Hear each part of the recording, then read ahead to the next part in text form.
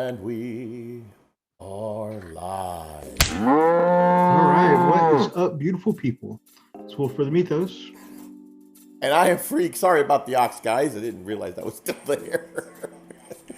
Welcome to the show. So yeah, we're gonna do a little sexy time paint and chat. Yeah, it's a little more relaxed night tonight, guys. With a nice little relaxing music in the background. Yeah, I think we all need a little bit of tenderness. Freak hit me up this morning and said, "Hey, can we do a paint and chat tonight?" And you guys know I'm always down to do some painting and hanging out, so pretty cool. Got some amazing people in the chat already. Always on the go. Is this the place the pros go to? No. That's in the other stream. That is clear. Out here. That is clearly a different channel than this one. Yeah, we don't want to take any glory from those guys. That's not us. Brack the War Boss, good afternoon, Gits. Hi there. Shameless Soul, hello, brother Ian. Hey, the icy cold Mythos and Mr. Freak in his glorious breeding program. I'm gonna take that back out. Was that a move? That was freakaliciousness. Reminding everyone at the start of the stream to grab up an ox and smash that like button. Smash it hard. Is the music too loud, guys? Just kind of make sure. Just get a feeler here for making sure. Like the bigger screens. Oh, thank you very much. Hobby Corner Kev with his great live show earlier, putting together some Sylvanet. Check him out, one of our chilling brothers. You can also find a link to his channel in the description below. But he does a great live show every Friday night.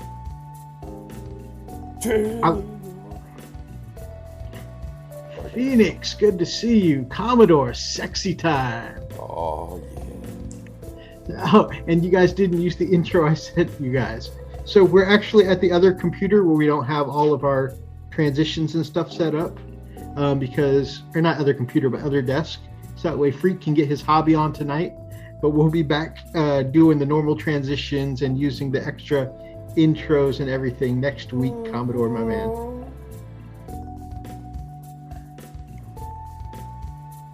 I like the bigger screens. Yeah, when we do these chill paint and chats, and we don't need to use the middle of the screen for anything like showing off stuff, and we are not relying as heavily on some of the other overlay stuff. Chill chats, we like using these bigger screens. Yeah, stuff like this, it's less production, more kind of, low key, kind of easy, simple. Yeah. Which means at that point, we're really relying on our personality and these faces to carry the show. So, you got to forgive us that. And that typically gets me arrested or tased. I don't Oh, Dave really does need a plumber in the house tonight. I think a cowboy emergency plumber made a mess and ran away with the shower drain. Oh. Wow. Oh, no. Oh, yeah, you can just set that right here. Happy freaking Friday, X-Gear Commander. X-Gear, happy freaking Friday to you too. Commodore, you have nothing to do with the Commodore 64, right? Hey, the Commodore 64 was a good computer. That was definitely a treasure for me growing up. That was my go-to. That's what I cut my teeth on, guys. That is the reason why I am in IT today. Let's see, the Commodore 64. Oh, I still remember the freaking jingle. I don't remember the jingle, but I do remember a handful of the games I used to love playing. There was a G.I. Joe game I really loved. A Western shooter I used to really love.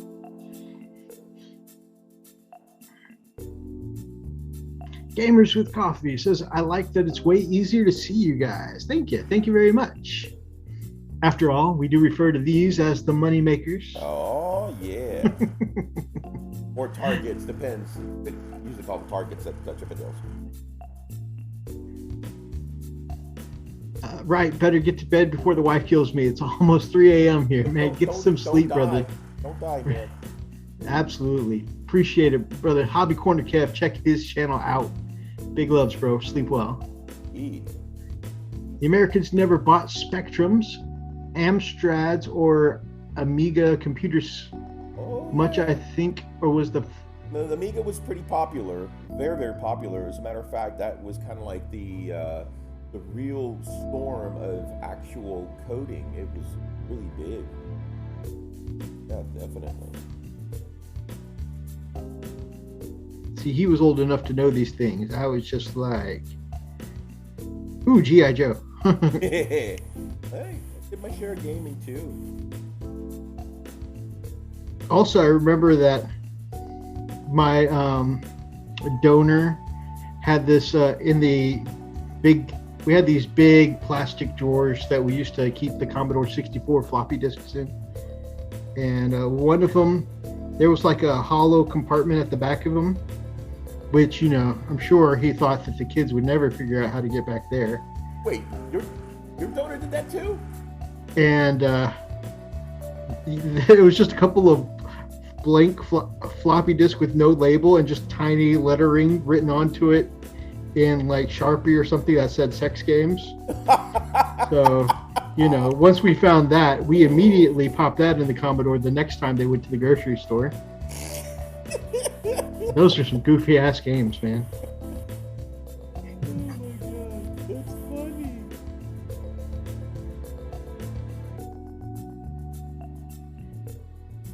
Commodore 64, knockoff Wheel of Fortune. Yes, I had that one. Some skiing game.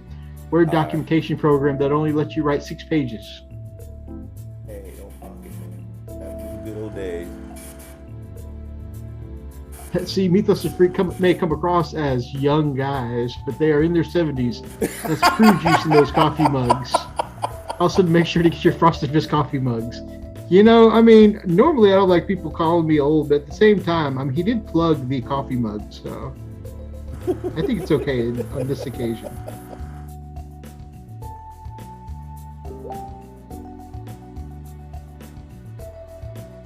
Usually I get very, very mad when my friends refer to me as old. Or my favorite, quote unquote, least favorite thing is usually something that my brother Daz will do, where he'll let me get most of the way through a story, and then he'll be like, oh, man, I think I was blank years old when that happened. Mother trucker. Ain't that funny? That's kind of like what you do to me when I tell the story. Well, yeah. Actually, I think them harassing me is a big reason why I harass you. It's better to be on the giving than the receiving. So what are you working on today, my man? What you got going on? What you got for a pork chop?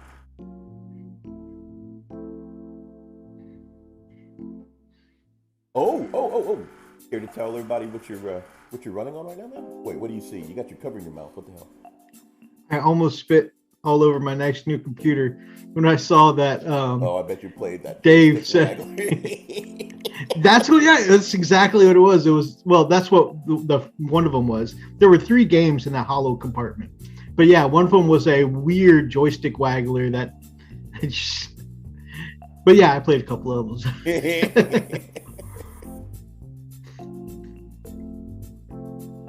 High-powered Texas Instruments. They're the ones that do the math calculator. Well, they're all math calculators. You know what I mean.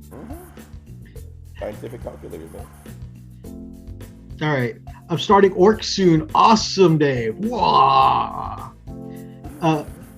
So you guys may have heard that, you know, thanks to our amazing patrons and the hard work of Brother Freak and some generous donations from people like Brother Oni and the lovely Nina.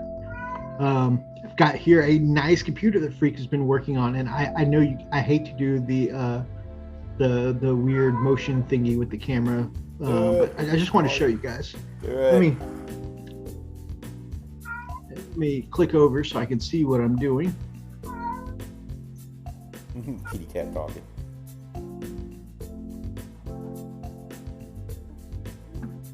Y'all don't mind the mess, please. Don't mind the mess.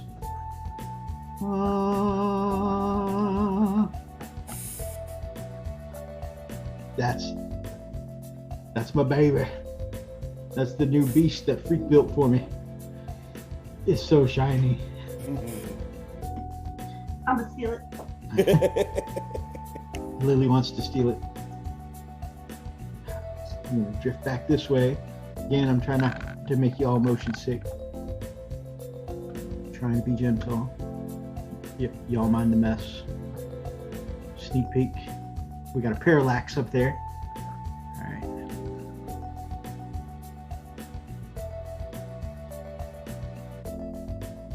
Alright, switch back over.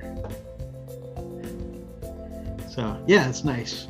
There's a cat somewhere, either in heat or singing the song of its people.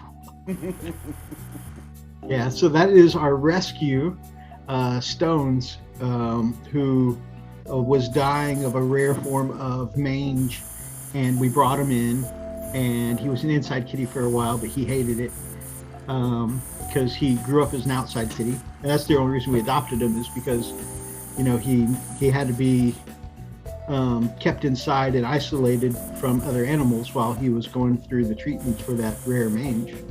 And so we rescued him, we brought him in, and took care of him, and by the end of it, I got better. Thank you, Ms. by the end of it, he'd been quarantined for 4 months, and so he had roughly settled in and was living amongst us for a while. Then at 5 months, he just bolted out the door one day, but then he kept coming back at night, so it was kind of a half inside, half outside kind of relationship.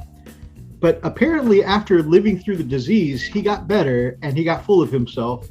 And apparently, we live in an apartment complex, and he went into one of my neighbors' houses when they opened the front door, their apartments when they opened the front door, and beat up their cat in his own house, and then punched their dog in the face, and then then came back outside. Your cat's a thug, man. He is a bit of a thug. Unfortunately, so the lady, when I was walking Commander about 10 minutes later, she said, I was just about to call the pound on your animal. I think that's your cat over there, that one following you right now with the gray with the white paws. And she said, because I know it's yours, I wanted the opportunity to talk to you first, but you got to do something with that cat or I'm going to have to call the pound because it just came in and harassed both my animals. And I was like, oh, well, I don't know how it is in the rest of the world, but with American law, of course, if an animal goes to the pound for assaulting a person or another animal, there is no second chance. They don't get to get adopted once they go to the pound. They just get put down. So whether he likes it or not, he's got himself a life sentence indoors now. So Stones has got some stones.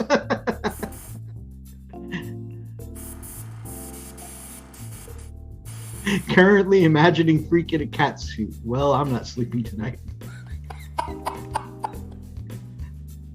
Sorry. Damn. Oh, I guess my computer, that makes Necrons not look so flashy. Awesome. All right, so what have I got for a pork chop? So my hobby update is, I showed you guys last week, I finished 8 of these guys from Spectre Miniatures, which are very cool. And this week, I just now got done putting the black rim around the bases for 8 more of these guys. So pretty cool guys. And yeah, just got them based up earlier today. Just did the black rim. And so that's another 8. 16 out of 25 of this commission, just got 9 more to go. And so the last faction I have to do are the Insurgents.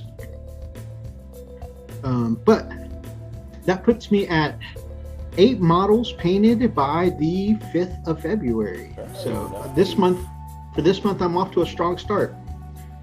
Last month I think I finished off a total of 11 miniatures.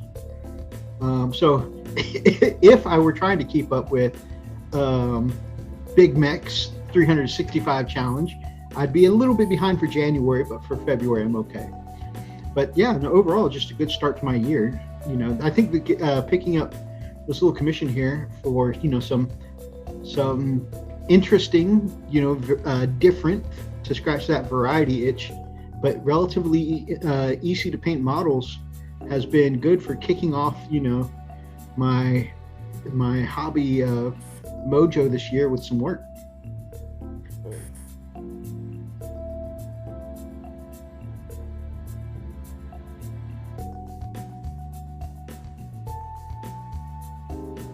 So yeah, that's actually the only, well, kind of the only bit of hobby. I did mention last week on the stream that I had a spare Lehman Russ and for 30K, and I thought about using him as an awesome blade guard captain with a head swap or whatever, maybe some other minor conversions. And so I did get that built up during a meeting this week that I was totally listening and paying attention to. And so far it's just been a head swap because I like the rest of the model. But yeah, that'll be cool. So I'll paint one up as Russ, and one will be a really cool Space Wolves Blade Guard captain. That's cute. Elstonation is already on his third army. Yeah, I mean, you're probably right for sure. Phoenix has done 0 models for 2021. Well, hey, you are, any progress is forward progress. So whenever you feel like painting, you know, take the opportunity to get it done. And even if you don't get anything finished, you know, and like I said, any progress is forward progress. So you can be proud of any work you do. It feels good to have this much done so far.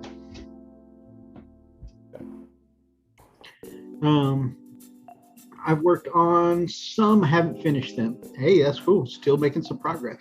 The other thing I think I did, I forgot to mention, because this wasn't until afterwards when we did our little bit of hobby after the stream, which Freak got to come and hang out on our post-stream hangout last week. That was cool. Was I painted up the wolf for my chaplain on Primaris chaplain on bike Thunderwolf conversion. And I really like how he's coming along.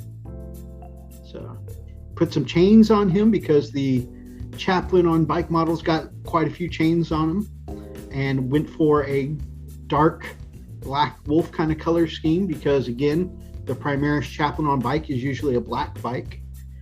And since I just finished my second faction of 8 and the 2/3 of my commission tonight, I think I'm going to reward myself by letting tonight's hobby paint and chat be painting some on the Wolf Rider, my Primaris Wolf Chaplain.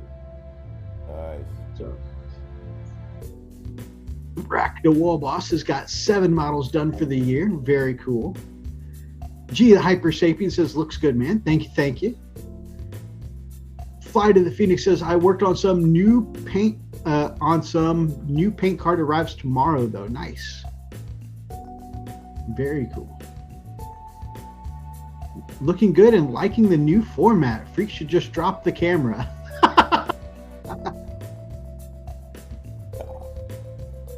Oh man. Wow. Have you seen the new Sons of Odin? Yes. Cromlech EU's new Primaris Space Wolf range is awesome. I mean, not Space Wolves. I mean, you know what I mean. Cromlech's new Sons of Odin Primaris size are nice.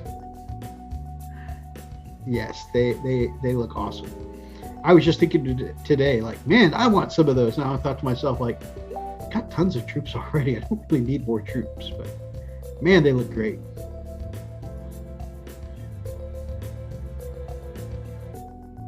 If I didn't already have like 7,000 points of Space Wolves, I would definitely consider getting some. The only thing I've finished this year so far is the Indominus Captain finally. That's cool, but you got like you placed really well in that challenge though.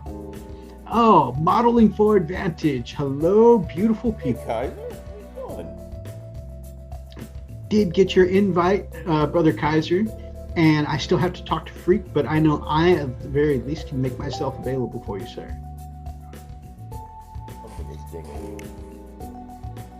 Unfortunately, Freak's a little harder to get away from work because his job is so hectic.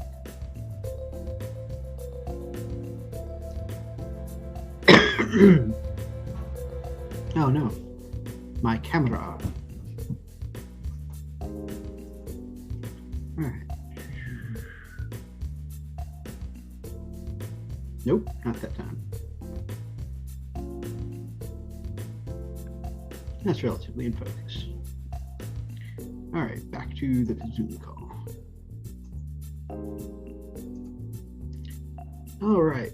Hey, I bought 2 of those really big metallic A-case backpacks to transport magnetized minis to events because foam trays sometimes don't cut it. You're absolutely right. Absolutely right. And actually, because there are so many more bits that kind of stick off the base on models nowadays, you know, like I've had bits break off on some of my AdMech pieces, but AdMech are they're spindly in some places. And some stuff I worry about with my orcs and stuff like that. I've been heavily considering that too. Actually, I ended up using almost all my holiday money from, birthday, Christmas, end of year bonus on my computer here. In addition to, what we use from our amazing Patreon funds and our donations from Oni and Nina.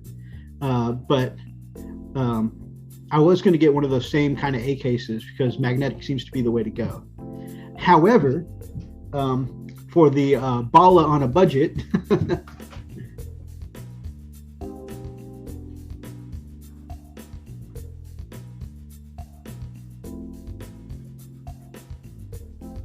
pay no attention to those crashing sounds.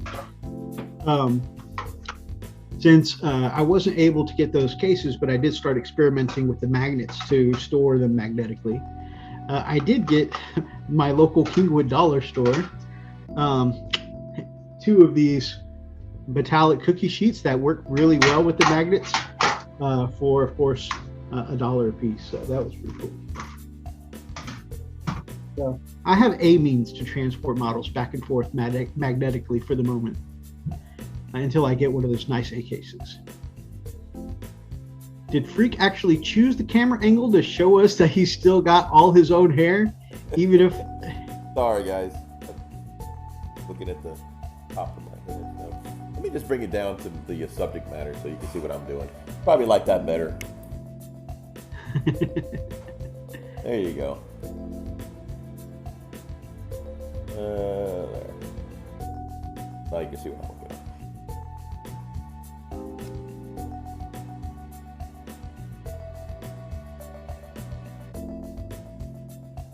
What I am working on is that paint. The thing is, I used a paint that was just a little too dark when I saw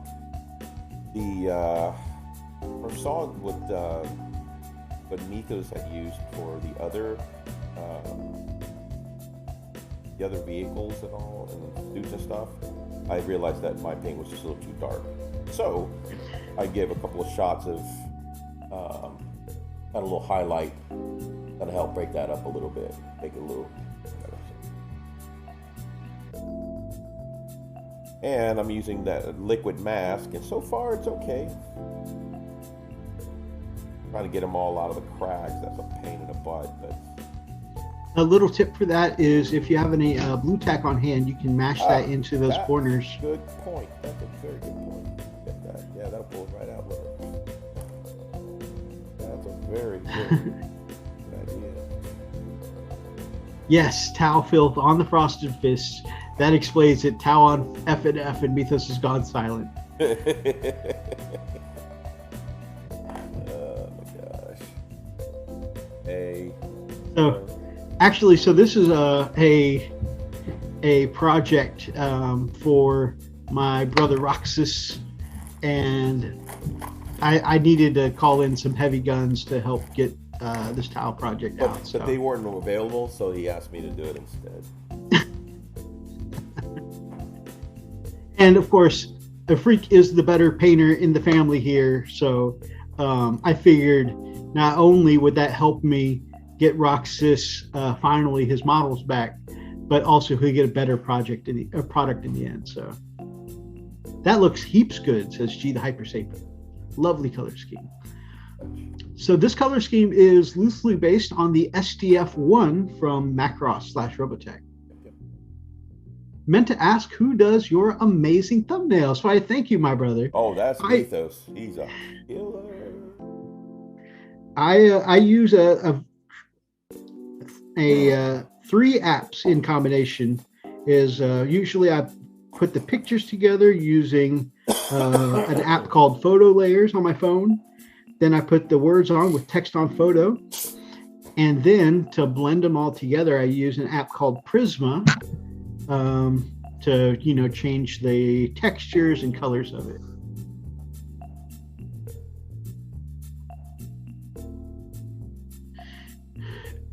White towel, pure titanium white or creamy white? That is the question, says Dave. It's more like a titanium white. Yeah, this is definitely a cool white. Yeah, it's not that warm, creamy, white. Very stretch the imagination. Whatever you need to say to not have to paint towel.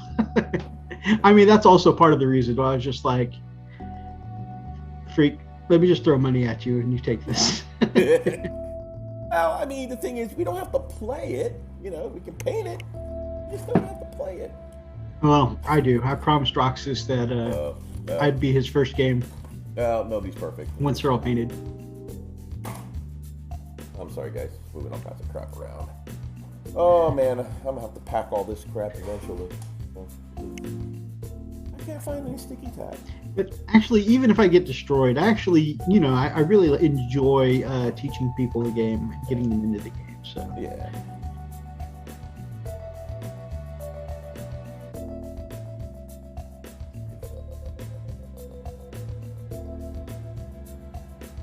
Gotcha. What happened to them? Right. I said like 20 minutes ago I was going to do some painting.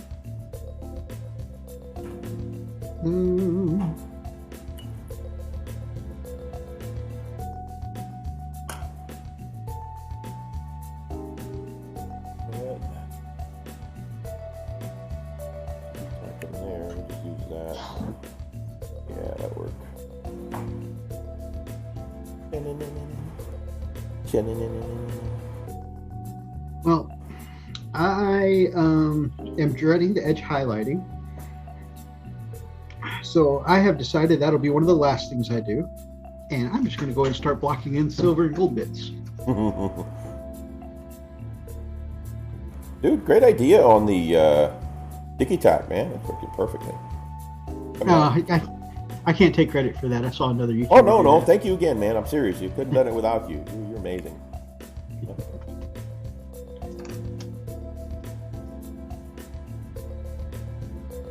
You mean Freak isn't making enough on the main stage? I guess it's because we're all quarantined. No, that's what Venmo's for. Gee. No, it's hard work for a pimp, man. I'm telling you. Hard out here for a pimp. Why is this not dark? Brighten it up a little bit.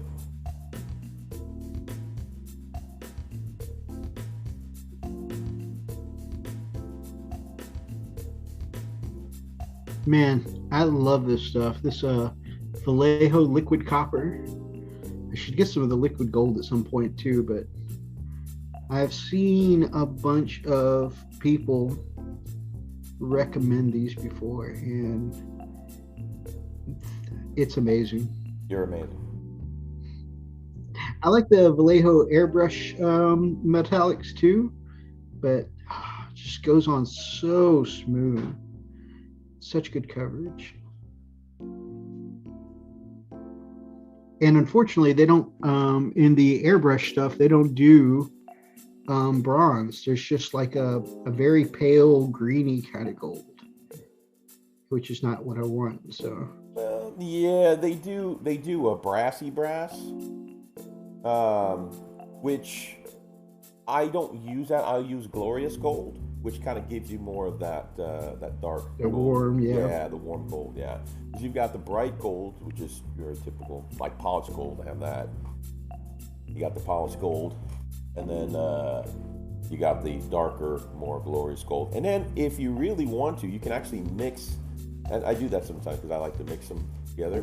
So you can mix the glorious gold with the brassy brass, and you have more of a, that. Here, I'll show you what I'm talking about. It's pretty cool. Like one drop of, oh shoot, just exploded everywhere. Oh my God, I must have been excited. All right. Okay, so put a little drop there. And we'll put some of that brassy brass. You guys see that? Right there, yeah. Put a little brass right there. And then a little mixer-rixeroo. Mixy. And you can see it's already getting a nice kind of a brass consistency. It's not as dark because I don't like that dark, warm brass look. Mm-hmm. And then I don't want it to be too gold, So that makes it a nice, right there, nice consistency. Oh yeah. Find something that I can just dabble. Oh yeah, this will work. This old guy. So just put it right here, so you can see it goes really, really nice. And it's not even properly primed, so it's just showing you how it goes on there. Oh yeah. Very cool. Kind of goes on pretty smoothly. And it gives you that look. Anyway. Yeah, talk about baller on the budget. I'm not gonna go on and get specific paints for that color if I already have something that I can kind of mix to get it as close to what I want. So put this stuff up. You guys know I like to harass freaking tell them. You just like to tell people, yeah, I mix all my own colors. No, but your results do look really, really good when you do it, my brother. Thanks, man.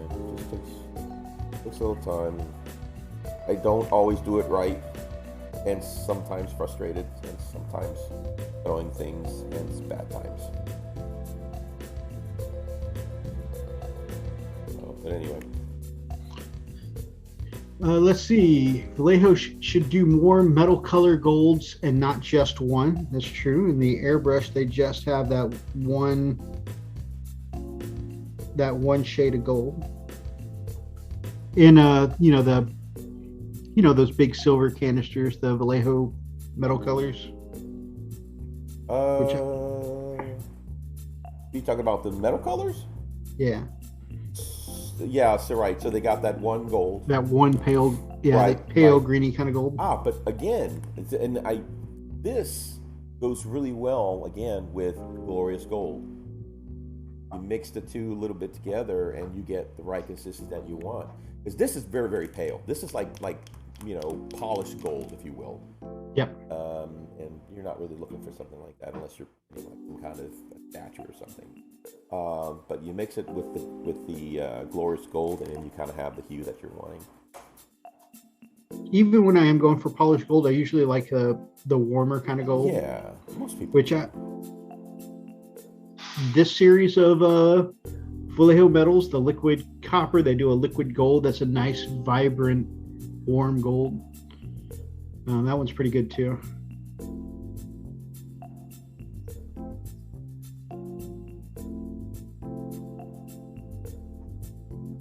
That worked out pretty good. We in Spain make the best mini paints in the world on average. Whatever happened to your wet palette? Right here. I use it all the time. Just don't need it right now. I was doing some airbrush work trying to get this highlight that I was talking about. And I in particular just don't like using it with my metallics. Also, I get lazy, and so what happens is I'll drop thinner straight into my GW bottles, and then I'll just paint straight out of the bottles because it's already thinned down.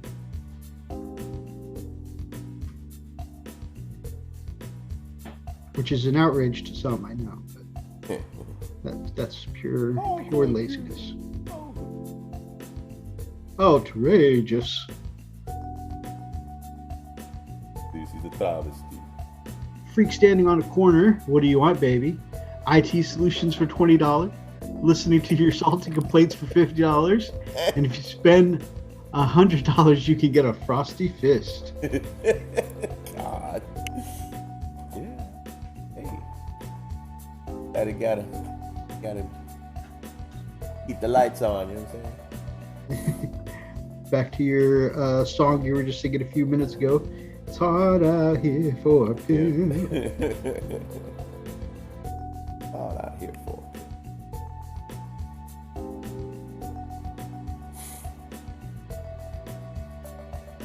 I have a hard time believing that I completely ran out of sticky tack. In so many ways or something. Anywho.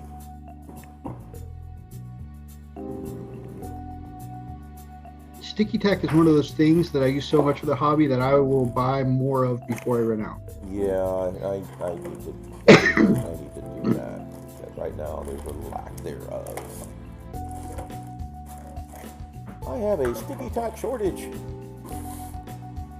Shortage of sticky tack. Sticky tack.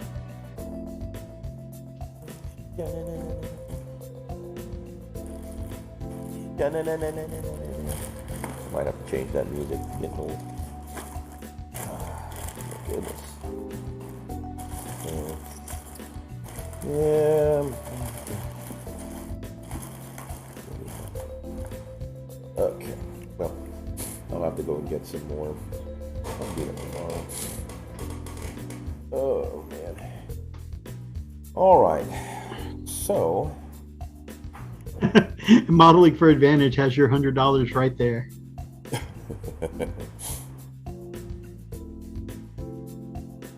Oh yeah. All right, so I'm gonna take black. Matter of fact, this is where I will use my palette. Ooh, I need to change this out. Oh God, I'll get it leaked. I gotta go wash this out. Be right back.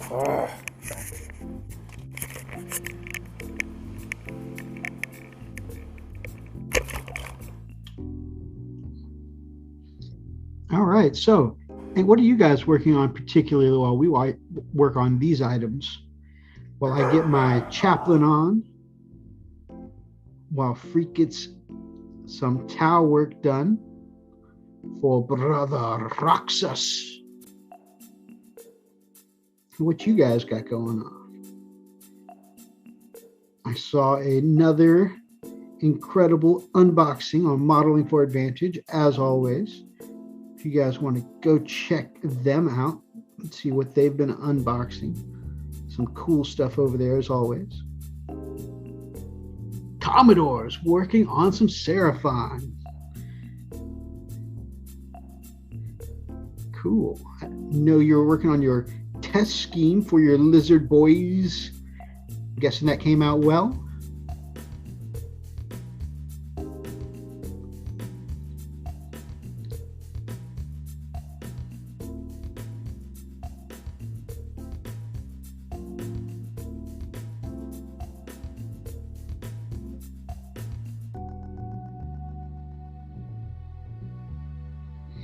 Man, so I gotta ask, because I feel like I am one of the only people who likes the new Sisters model. So I just want to see how the people in the chat feel. Anyone here happen to like the new Sisters model? lots of strong hate from the community for it, but I actually really like it. Of course, growing up as an anime fan, you guys know I like mecha and stuff like that.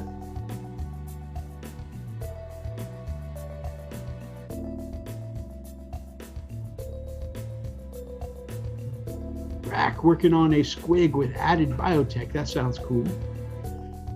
G, the Hyper Sapien, working on recording some of his RTLW reviews. Man, RTLW makes some cool stuff. Oh, that squig with added biotech is a attack squig 2.0. Nice. Brother Kaiser working on trying to get the child to go back to bed. He's having one of his midnight playtimes. He's an agent of the ruinous powers. Yep. So both my girls pretty much slept through the night from early on, but my oldest one, my son, he was a nighttime kiddo too. And so I remember many a days. My brother used to stay up with me. So Raz and I would stay up hanging out with the kiddo, watching Insomniac Music Theater. I can't remember. That was either on MTV or VH1. You know, back when they actually had music video on those shows. But it was kind of good times, actually. Like, you know, 'cause at the time, it's, of course, you're like, I just want to go back to sleep. But, you know, now that those times are gone, it's just like, kind of appreciate those times. Those are good times.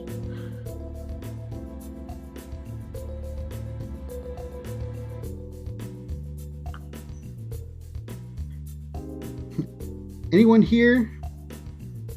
Someone who used to watch those music videos on MTV and VH1? I used to love some music videos.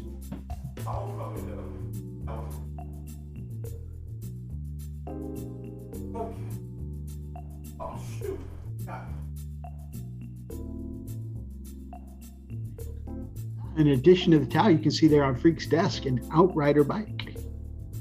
Some Primaris bike stuff. Yeah, MTV was definitely good stuff back in the day.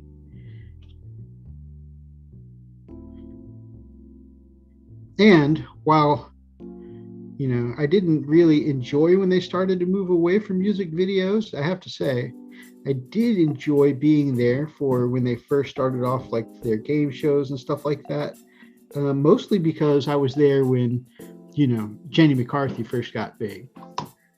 Young Jenny McCarthy. MTV Cribs. I was never into Cribs, but then again, you know, that was usually largely a lot of hip hop people featured, and hip hop is just not my jam. Commodore, I think you may be the youngest person in this chat. I don't know. G, the Hyper Sapien seems to be a young lad himself. But then again,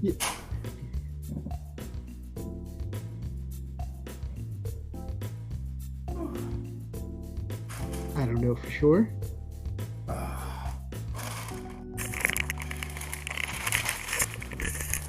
right, I'm back. Yeah. Freak, What's up? do you remember back in my day, there was actually music and videos on MTV? Are you mocking me again? No, for real, I was actually talking about the days when music videos were on MTV with the chat. Oh, yeah. And VH1. Well, Actually, MTV was first, and I remember the Headbangers Ball. That's man, I used to fall asleep to that. Actually, I think Insomniac music videos, I think that was actually VH1 now that I think about it. Their competitor. Yeah, MTV, the Headbangers Ball, and of course, first introduction to Beavis and Butthead. That was lost brain cells for me then. What's crazy is I think my donor tried several times to get me into Beavis and Butthead because it was a quote unquote normal thing to be into. And he never really approved of me like being into anime and stuff like that. See, that makes no sense. The anime is a heck of a lot better. Storyline actually makes sense. I don't know. Even Butthead it was just absolutely like mind numbing. So that's all it was for. And it was entertaining. We really didn't have anything else you want to think about, you know. A good way to shut down and go into a mental coma. Just watch that crap and you're good. Yeah.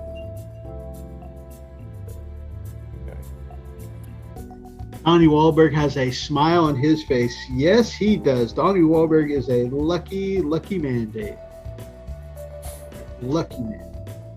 You know, and I watch her because we watch, my family and I, we watch Masked Singer quite a bit. And she has aged well. Time has been nice to her. You know?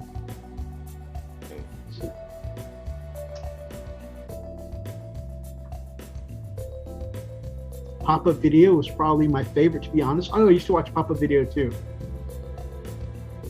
I did love me some Headbangers Ball when I got older. Nice. Yeah.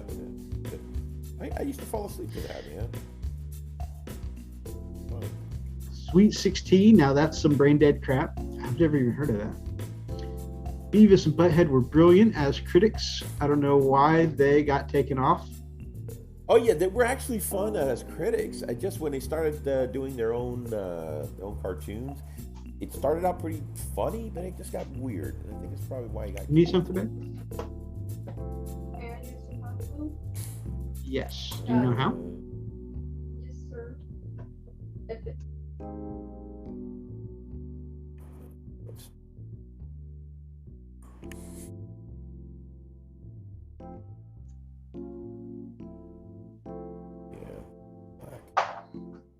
All right, so we're gonna do the black for the metallic. Get that laid down on it. Kind of bring this up a little bit so you can see more of my bench.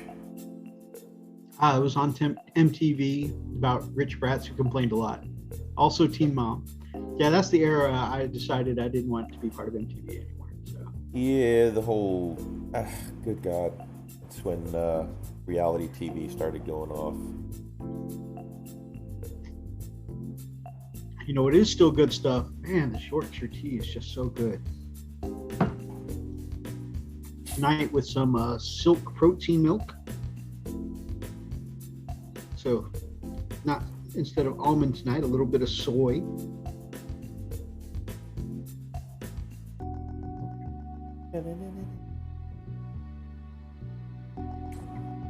All right, let's a little bit of glazed medium, just a hair, just to kind of thin it out a little bit.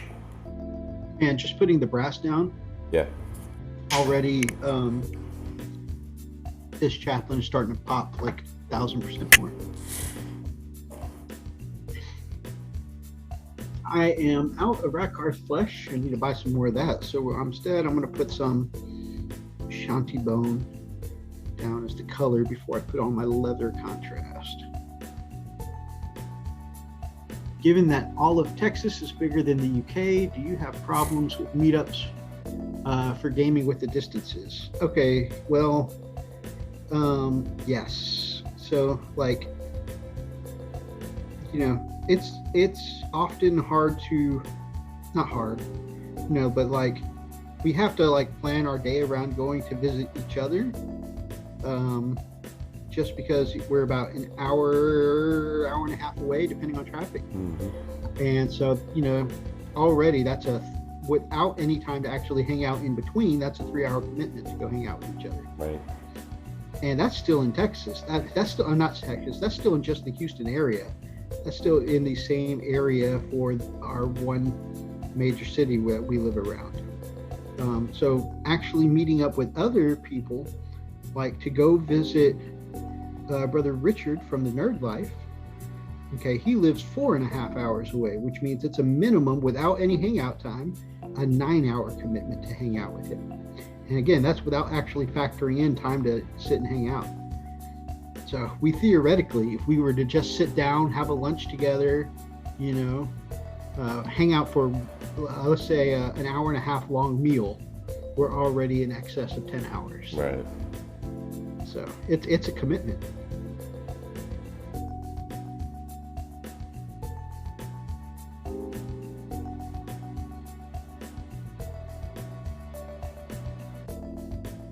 That is a good question because, It is. It's always...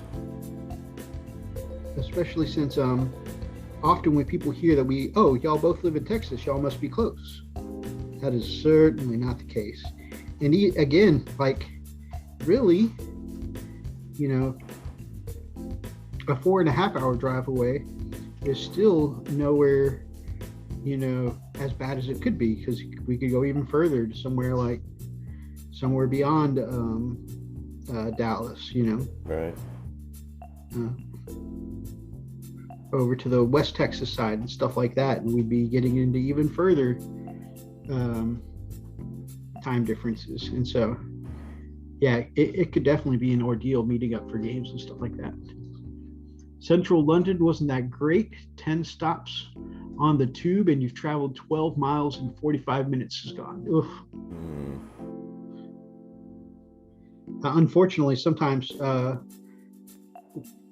traffic can be that same way on the highway. So you're in your own car, burning your own gas here in just the Houston area, and you can spend 45 minutes, going just a couple of miles because traffic is so bad. There's no tube here because there's too much water on the ground, so you don't really have a way. Everything is going to be above ground, so that means that all traffic is going to be converging in the same place at the same time.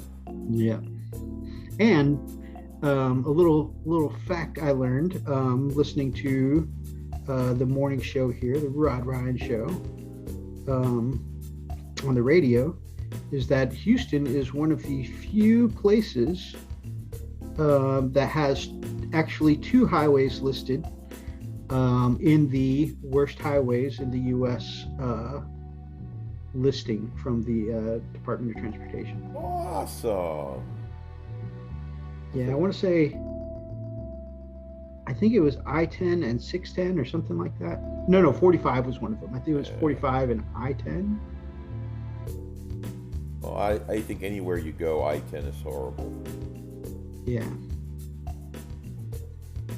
And then, I mean, if you're on 45 in the middle of the day, you will be sitting. Yep.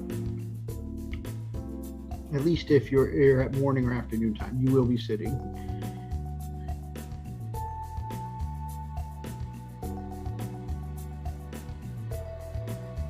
And not that we're complaining. We know some places got it worse, but yeah.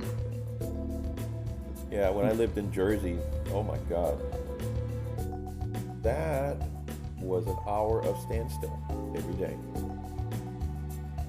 That was horrible. Get on that turnpike and you're just wishing that you were somewhere else. And then, like some other countries, like I have friends, or I actually have a lot of family in the service, and my understanding is that places like Egypt and Egypt and Saudi were a couple places where they were like, that traffic is horrible. They will take a 4-lane road and make it 7 lanes. Oh wow. And they're not afraid to be like scraping each other's paint jobs, packing into extra lanes.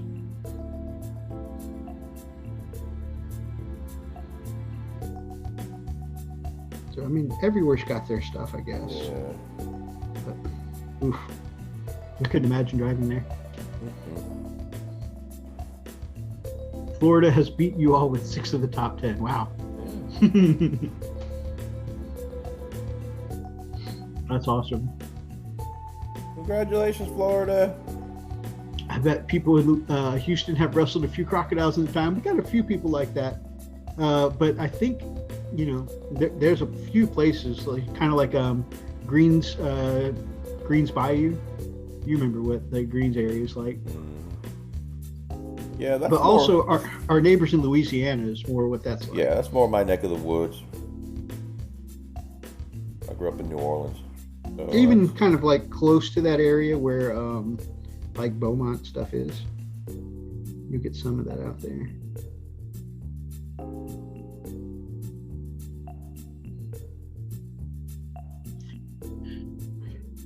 Brother Roxas.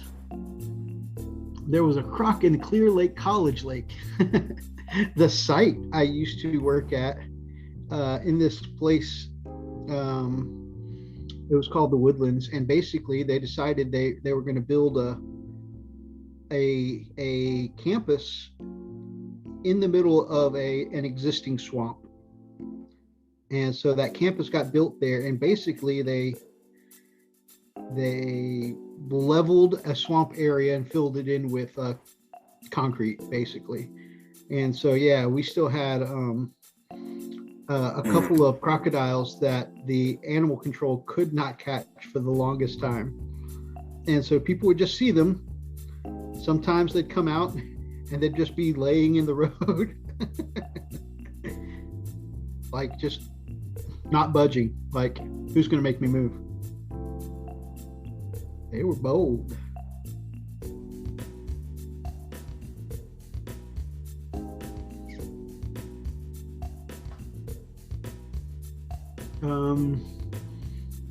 Let's see. I bet the Iron Warriors could get a game of Warhammer. Oh, I bet the Warriors could get a game of Warhammer Fast in New York if it was at Coney Island. That would be cool. Houston, let's build a city in the middle of a swamp. Yes. Hey, it could be worse. It could be New Orleans, where it's sinking several centimeters each year. Yeah. You know, people talk about California falling off into the ocean. I think that's going to happen in Louisiana first. Well, not Louisiana, but definitely New Orleans. New Orleans was built on sediment. I mean, well, not only is it built on sediment, but they keep getting just wrecked by hurricanes every year. I know. But you got to give it to the New Orleans people, man. They're like, hey, we almost died. Let's party. What? One thing I will say about the U.S. is it has great expansion prospects with all the empty space. Europe is fairly compact and is taken up by a...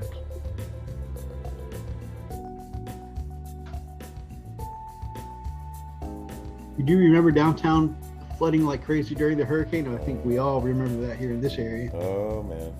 Harvey was horrible. I couldn't believe how far underwater Humble was, and I can't believe that Humble is just back to normal like nothing happened. Yeah. Very resilient, man.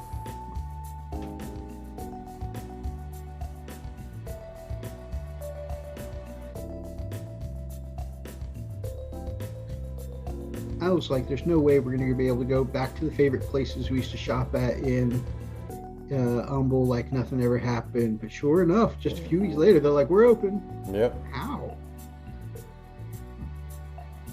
And they have better stuff. Like, hey, look what we got. What? Don't do this.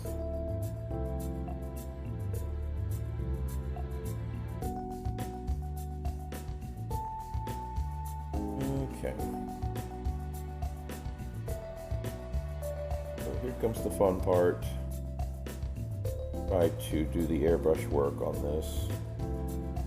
I don't feel like painting metallics by hand.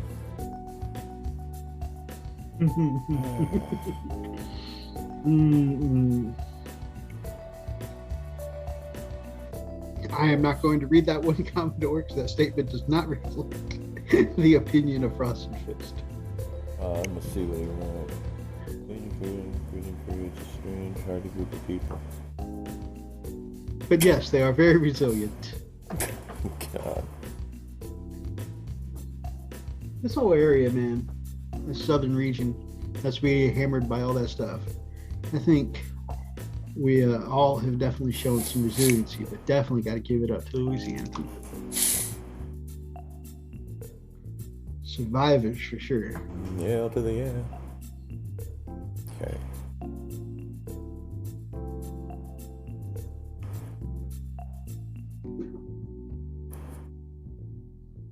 And I just had a moment where I just dipped the paint in the pot and started painting with it based on how the pigment looked and not looking at the label. And I'm so glad I picked the right paint pot because I've definitely messed that up before.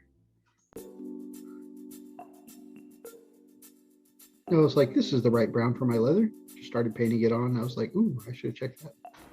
It was the right one.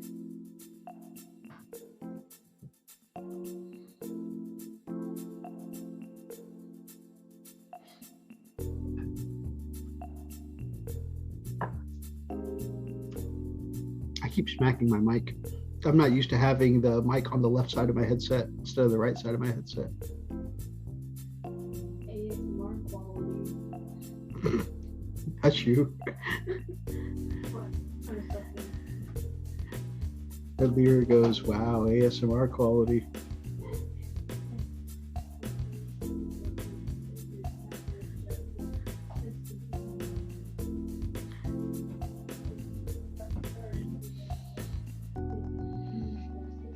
Roxy the Rivet, what's up? The Queen of Crumpin. Roxy, we are just having a simple hangout, paint and chat tonight because instead of doing a full show tonight, we were like, man, we need to get our hobby on. So a freak hit me up this morning and I'm like, hells to the yeah, I can use some hobby time.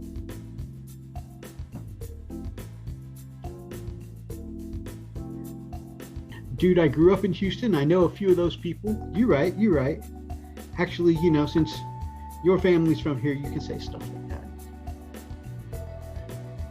Most of the problems we had here after the flood was due to the city of Houston playing games. Yes, hobby time is a good time. For show. For real, not for play.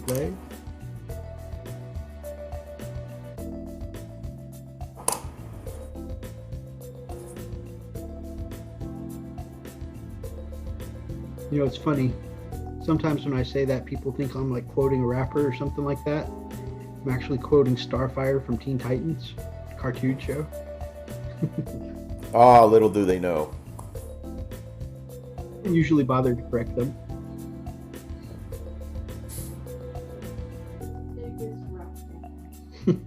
Okay. Oh, crap. I need to empty this. Kids don't ever do this. Don't ever leave your paints in the pot. That's a big freaking no-no. God. Got that Masters brush cleaner going on. Nice. Picking out a bright sweater. A bright sweater? Isn't it like summer there in Australia? Since it's our winter. I'm confused. Music sounds like I'm shopping in the 70s. Freak, what song do we have on? Nothing? Okay, now I have to turn the sound on. Hold on. Oh, crap.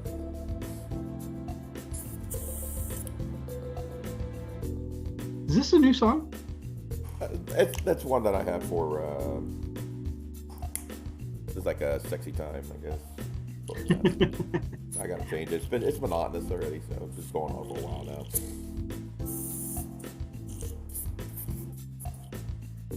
Song is actually called Hell's Elevator. Hobby time with HB. Our brother Heinrich says worst stripper song ever. All right, let me see if I can find it. All right. Oh, okay. Music sounds like I'm shopping in the 70s, picking out a bright sweater. Okay, that makes sense when you put those sentences together. Let's see if I can find my... Derpiter. Yeah, I don't have that here. You have what? I'm just looking for some other music. Oh, there we go. We do that. Leather's down. Lead belt's your time. All right. All right. So.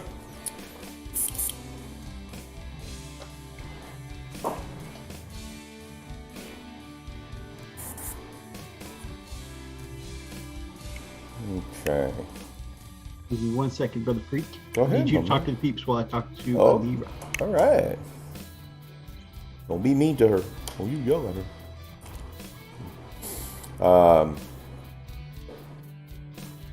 So I think if we saw Roxas in the chat, yeah. Roxas, this is one of your tanks, man. Working on the metallics right now. Well, majority of the metallics. I'm going to do the engines here. So, what I want to do is, I think I'm going to start off with the dark. I don't want it too dark. This metallic here, this jet exhaust. I think this looks fine, but it's super dark. So what I may do is I may do just a brighter metal, and then I'll use this for the soot, you know, for the darker area. Just a thought, just a thinking. I thought I had another palette.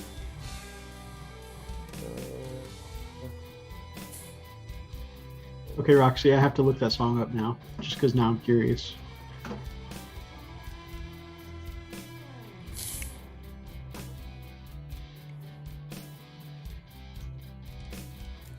I want to do this chainmail silver.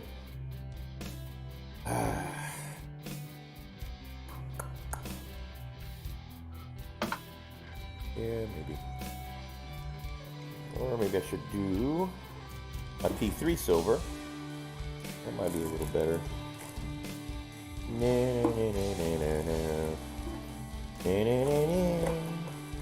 Where's my P3 silver?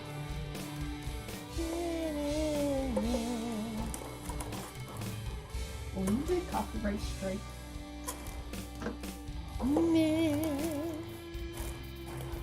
Where is my P3 silver? I know I had it in here. My whole P3 silver! Away! Is that it? Yep, I have recruited the Freakaliciouses to help me get some of the tower done. Oh yeah, I suppose. Thank you. I suppose putting the mic down would be helpful. Yeah, but yes, I have recruited the Freakaliciouses to help get some of the tower done. Yes. Sorry? Sorry? Sorry for what? Just saying. Sorry if I Why are you sorry? jacked it up or anything. Oh, It's not... you're goober. Ethos wanted to get a professional, but it chose me instead. No, I'm sorry.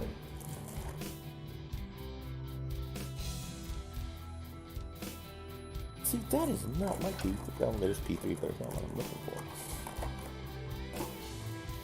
Billy Blanks, where the heck is it? Roxy said, "You ruined it." Oh, no. Oh, that's terrible. Sorry, Dad. I didn't mean to destroy it.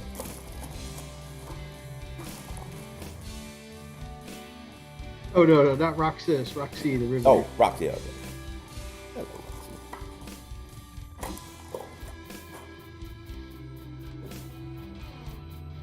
Roxy. Where? I think I know where it is. But again, I try to think, but nothing happens. Where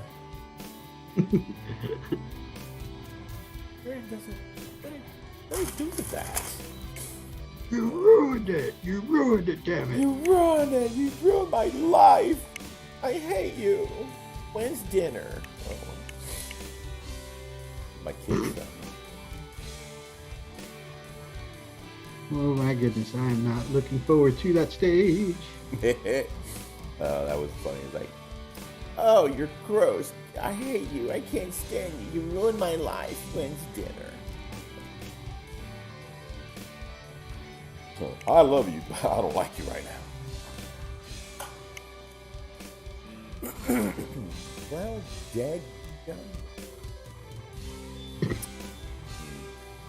What are you dadgumming right now? I cannot find my P3 silver. I think I gave it to somebody. I did. I gave it to Amanda. Dang it! That's okay. Okay, make do now. That would definitely hinder you from being able to find it. Yep, I will do it. So, let me, I'm gonna use this chainmail silver. Yeah, that should be fine. Well, this is where you get to shine and tell everybody how you fix your own colors. Yeah, I'm gonna have to do that. I'm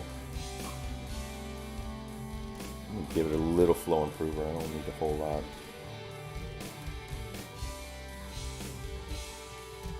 So, you guys ever wonder what flow improver is? What we use, or I use? Get a little vegetable glycerin. Probably said this before, and mix in a small bottle, whatever. Make sure it's a ratio is 75% water and the rest glycerin, and that'll give you a nice consistency enough to be able to break the tension of the paint. It works just good. When he says we, he definitely means he, because I'm lazy and I just go ahead and buy the Vallejo stuff. Laziness is definitely a factor with the Wolf Brother. All right. So lately I have been doing this because this allows me to be able to do more of the pinpoint airbrushing stuff. I've been taking off my nozzle guard and then put it right back as soon as I'm done. But you can see it's a lot easier to be able to, get very fine hair quality,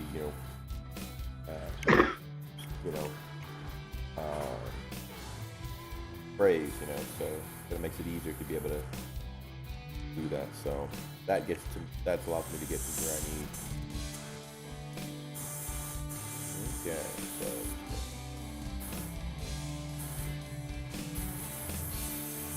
A freak. Oh, I ruined your life? Well, guess what? Rent's due on Monday. Best of luck. damn it! Who said that? Roxas or Roxy? Commodore. Commodore.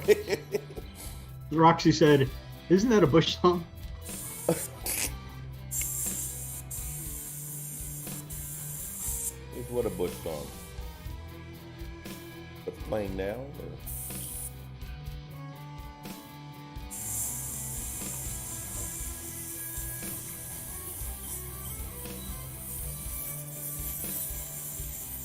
Oh, this is the one you wrote. Yeah. I didn't realize you changed the music. Yeah. Like I said, the other one was getting a little monotonous. Roxy says she doesn't know what she's talking about. She's had a few too many White Claws. Hey, man.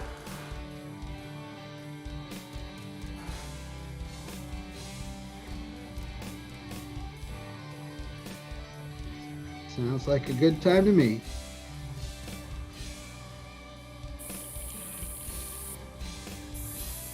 Unless you're hobbying, because I know I can't hobby toast. You could, you just don't remember much, and your work might turn out like crap. But hey. I was about to say, because then I'll wake up the next morning pissed off. Yeah. Who painted this? And everybody's looking at you. Oh. Why did y'all let me do this? Claw is the law. Respect the claw. Oh my God.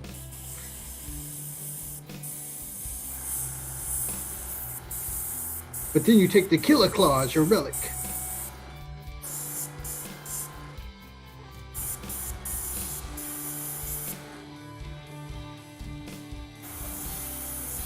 Oh, so Direcasm, the new Underworlds game, came out with. Do you remember before when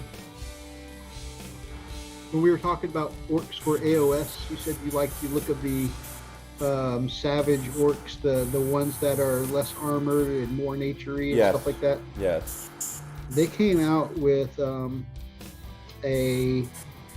Underworlds team to have some really cool, and they're in like the unarmored, just like leather kind of stuff.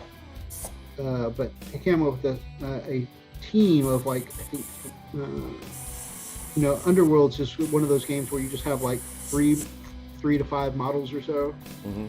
And they came out with a little kill team of those guys, and the one they previewed looked really, really cool. It's got like 3 Wolverine kind of claws, and he's just like got a roaring kind of pose. It looks cool. Nice.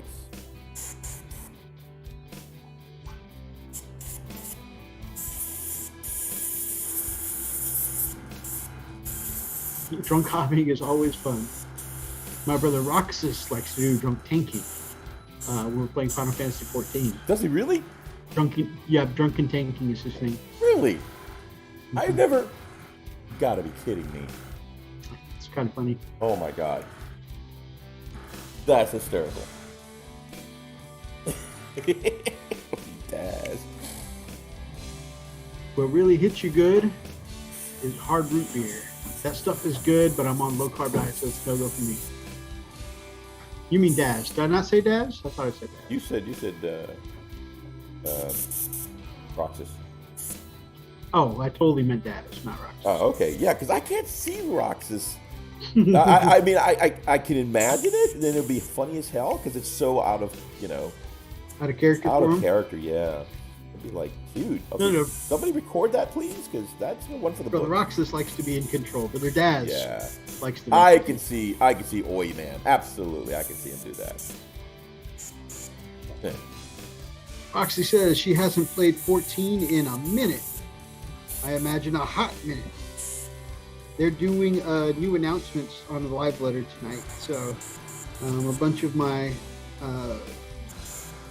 fam are watching the live letter tonight. So, I think that looks good. Roxy says, well, I am a healer, and I've tried to heal while having a bit of whiskey in me. Wow.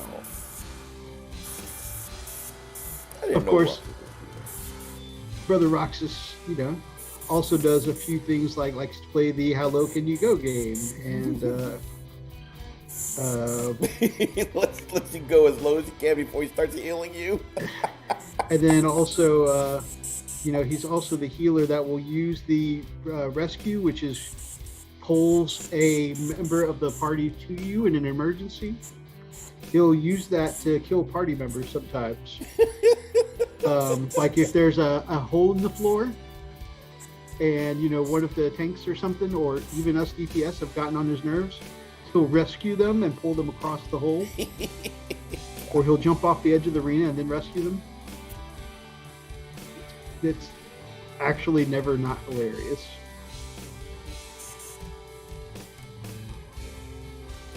Freaking love our 14 guild though, man. We have some, like, everything we do in guild is an inside joke.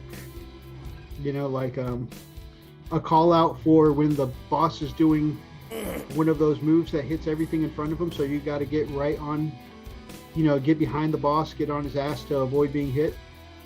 We call out, the call out for that is America's Ass from Avengers.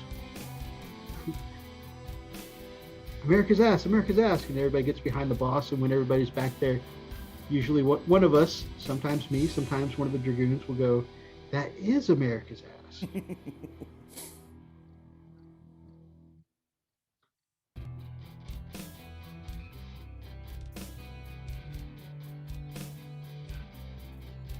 I play a monk. You'll never find a monk who spends more time laying on the floor than I do. Roxy says, I just pull the whole dungeon's mobs. Funny thing about that is I did that once. We were doing, what was that big burning crusade we used to do in WoW? Oh man, I can't remember. Kara. We were doing Kara, and I had gotten a piece of loot that dropped, and so I stopped to put it on. And then while I was looking in my menu and stuff like that, I noticed that the team had gone off without me, thinking that I was still right there. And they're like, where did Mythos go? And I was like, oh crap. And I was like, I'll catch up real quick. And I was like, I'll be right there. And so rogues used to have this ability, if you hit sprint and flash, which you throw down a smoke bomb and you're immediately invisible. If you hit them back to back, you get an ability to proc called Expeditious Retreat, right? And so you could run at high speed invisible. And so I thought I hit Expeditious Retreat and was just booking it through all these mobs. And I was like doing things like taking shortcuts, jumping off of cliffs to cut through areas. I'm invisible. Nobody can see me. I only hit half the combo. Oh my god. I hit the sprint, but I did not hit the flash, so I did not get the bonus for Expeditious Retreat, and I didn't go invisible. And so little did I know I was running through all these mobs and through all these shortcuts that were in patrol pathways, basically collecting the whole dungeon and running and bringing them to my party. Oops.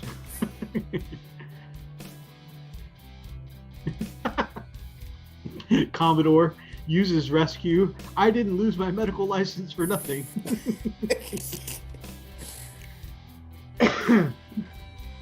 Your healer rescues you to death. It is definitely a clear sign that they got into healing because they like the power over life and death.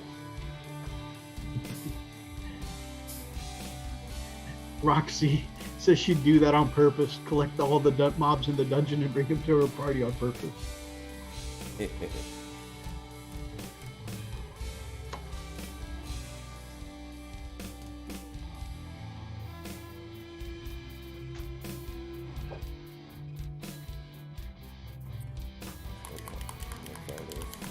That's a way to get popular with the guild real quick.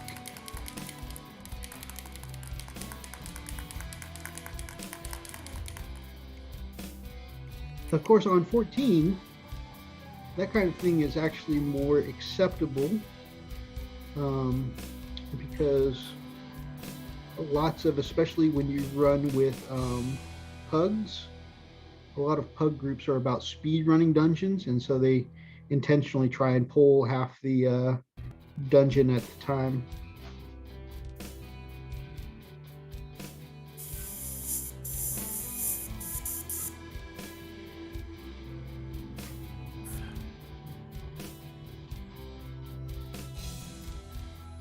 Man.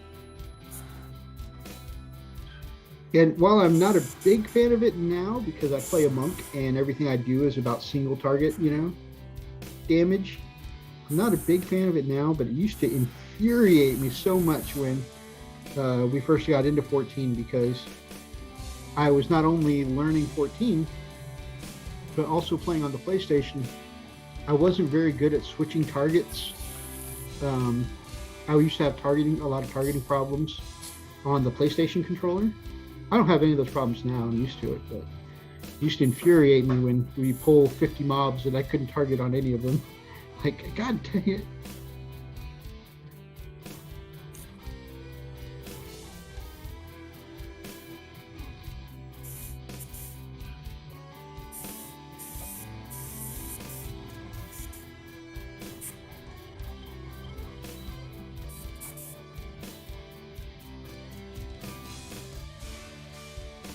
God dang it. Don't you hate when you're rotating your model around and you realize that you missed a spot?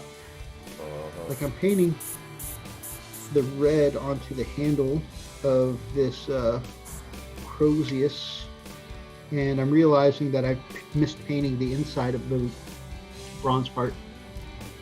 I like tanking because I'm lazy. I find that I'm intimidated by tanking because you got to know the mechanics better when you're tanking. Also, I don't like being in charge of people's life and death in the party. So I know that typically when crap hits the fan in a dungeon, the first two people usually blamed are either the tank or the healer. And while I have a lot of confidence with what I do here, when it comes to gaming, I know I'm a filthy casual, and so I don't have a lot of confidence. And yeah, I don't want people to be upset with me because I quote unquote got them killed. Which I don't say because I'm not saying that I wouldn't get them killed, but I just know that in a lot of party wipes I've seen, the auto, before anybody has any of the facts, first thing they do is blame first the tank and the healer. First the tank, then the healer. Yeah, I used to heal back in the day in WoW.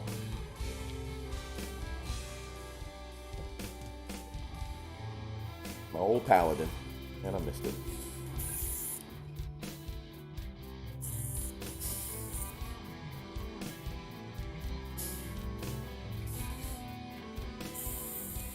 Man, in WoW, when Freak and I used to play, I was playing a warrior, he was playing a pally, and I was playing a damage warrior. And Freak decided he was going to teach me how to tank. Man, that was so nerve-wracking all the time. And it wasn't ever anything important. It was often trash mobs, me and him. Yeah. It's not like there was anything ever important at stake, but I used to freak out all the time.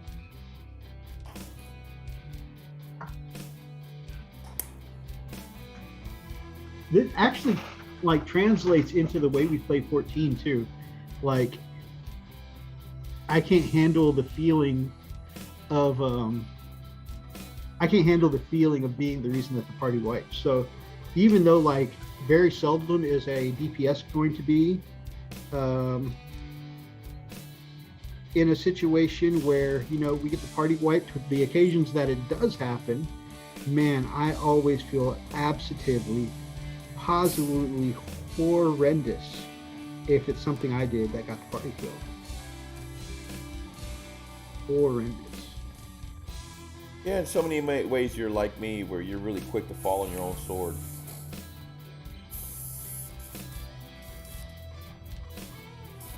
I won't argue that for sure. Oh, I'll use that.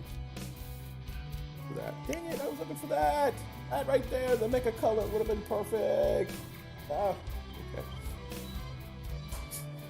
That's alright. Now we're going to go ahead and blow a little black on there, just kind of get a little sooty look.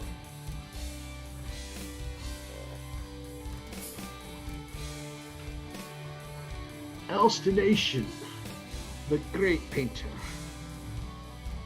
So hey, think we might have finally been able to instigate an Elstonation versus Grumpy 30-day paint-off.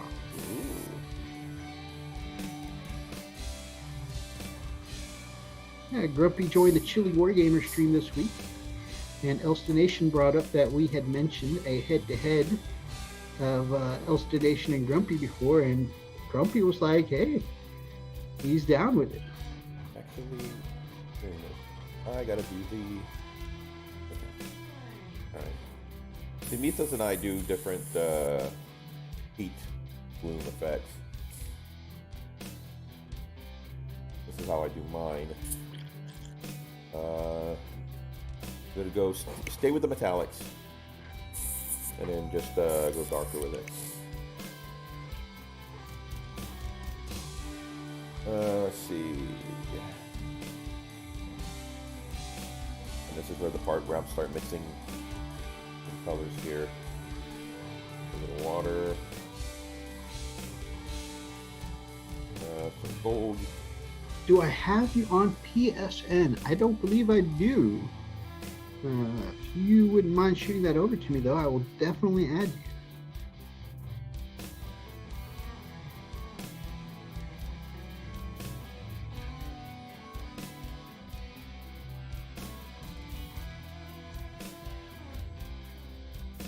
Brassy brass to darken it up. See what it looks like in the mirror brush here. And mix it up.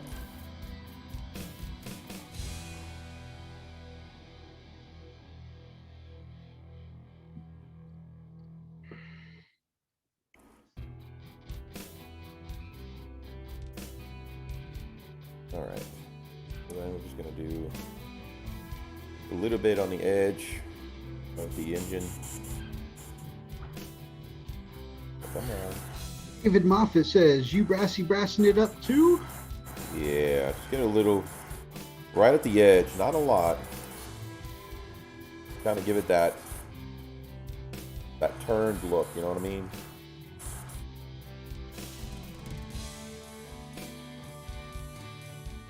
That little bit of carbon buildup.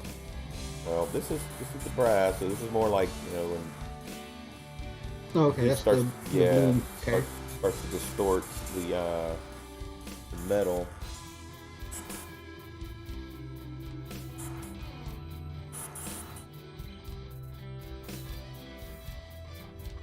Ah. Well, I'll make sure to add you. Definitely won't be able to forget that.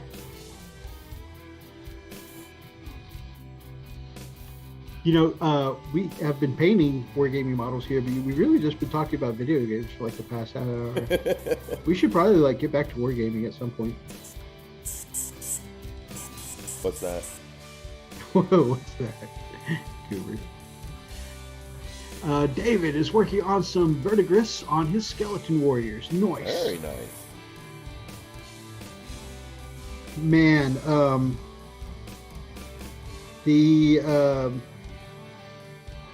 those new skeleton models for the Dark City or whatever it's called, the 40K or 40K meets Bloodborne kind of thing. It looks cool. Looks really cool. Roxy says it's not his fault. I think like any other time we go off the rails, it's the fault that we're extremely easy to distract. I mean, half of our show is based off going off the rails. All right, so now I can throw in a little black. For anyone who's ever wondered why we have such a long live stream, it's because we plan on going off the rails. Well, we don't plan to go off the rails. It just happens to be what we do. Our specialty. Yeah, and so we just cover for that. Right?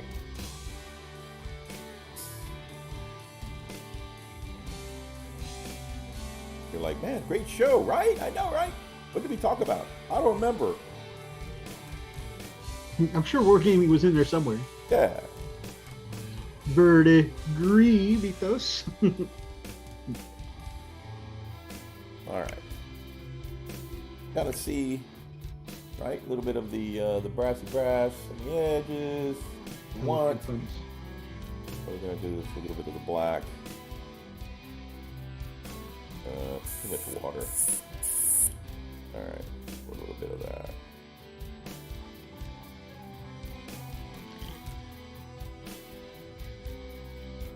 That's good enough.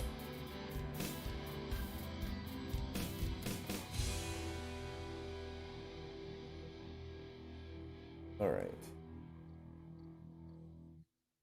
Here comes one part. Let me take the nozzle off, nozzle guard, and very carefully just going to kind of, where is my, here it is. Throw that on there before I spill it all over the model. Then I'll be like, okay, I hate my life. So, I'm going to see if we got enough. Good, yeah.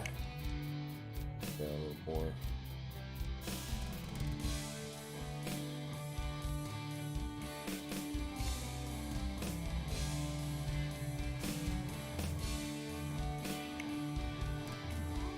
Alright, okay.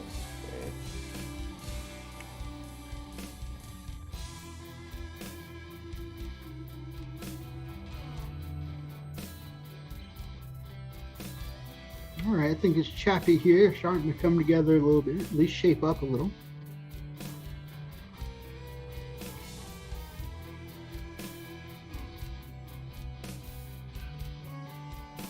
I think next, a big old wolf skull. Roxy's got to get some sleep. Love you guys. For Big sure. loves right back, Roxy. Thanks for joining us Yeah, tonight. thanks for coming to this company. We got to get Roxy on the show sometime. Indeed.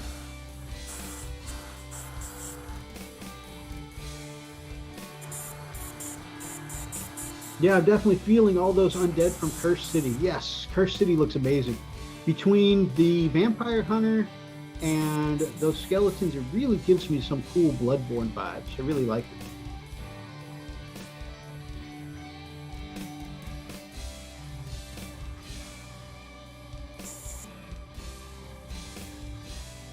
And some of you know, man, I love me some Bloodborne. Speaking of Bloodborne, and see, now I'm going right back to video games. I just said we need to get back to wargaming. Okay, but last thing, Freak, I think it's time, man. I think I may dip my toe into the water on some video game streaming sometime soon because You got the tools, baby? yeah, well, yes, but also not necessarily in the way that you're thinking. Because Okay. I think I really like I really enjoyed Bloodborne, which makes me want to dip further into the Soulsborne genre. And we have the new Demon Souls on PS5, and I really loved Bloodborne. And PS5 has streaming/recording software Okay. for people who like to do Let's Plays and streams. Okay. And so I think I may try a Let's Play of that. Roxas says urge to play Bloodborne Rising. Of course. Bloodborne is amazing.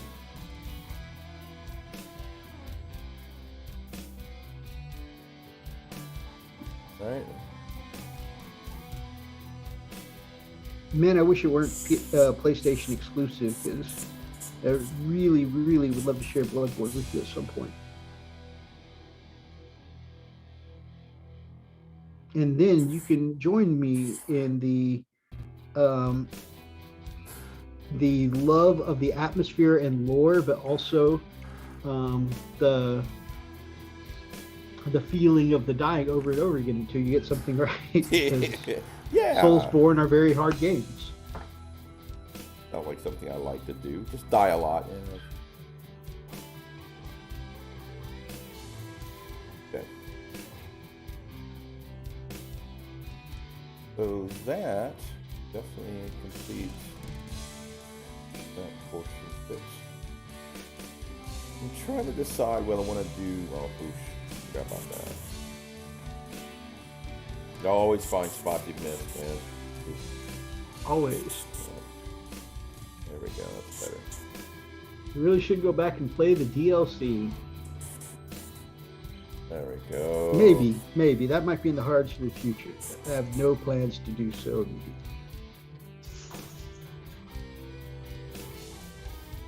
There we go. That looks so much better. Oh, yeah. How's that? Looks good, brother. Oh, Looking good. thank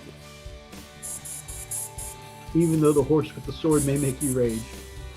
I think specifically that is why Lily has forbade me from playing. Just because I saw how much I raged.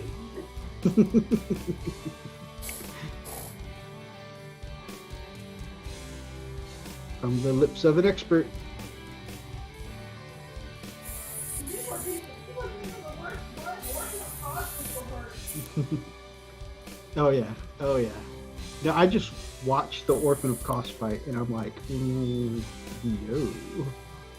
that one's not for me. All right. Back to Wargame.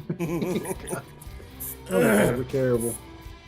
So, yeah, how about all those updates for Phasmophobia? What? God. So, on the wargaming front, one thing I did want to bring up. So things have changed with me taking care of my grandmother. So my uncle is now available on the weekends, and he said he's pretty much going to be going up there most weekends. So I am off of the schedule now for taking care of her. And she's like, you can still come visit and bring the kiddos, but, don't make it so often because of the drive, the gas money. And she's like, also, with my back problems and stuff like that, she's like, there's no need for you to be here every other weekend anymore. Got tired like, of you already, huh? Yeah, okay. I guess. Yeah. But she's like, let's make it, once a month or something like that. But she also said, I'm the backup now, so if for any reason my uncle can't make it, I'm the guy. So now it's not Good, as... man. Yeah, it's a nice arrangement. It's a nice, to get some of that time back on the weekends. So possibly, maybe we can look at getting a game in at some point in the future. Yeah. Because, man, I'm definitely gone through 40K withdrawals. Sure. Yeah. Imagine that conversation with Grandma. Grandma, I'm still going to come. No, I'm going to be here for you. No! No. You don't have to. You're such a sweet... I'm going to just yell at me. But the best boss is also in there. Which one is the best one? Brother Roxas.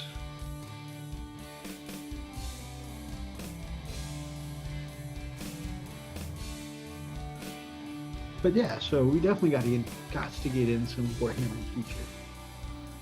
Good stuff.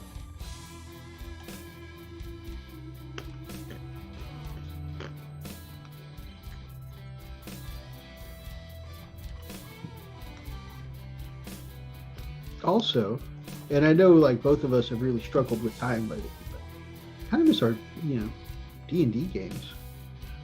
Oh man, I've not played in a while.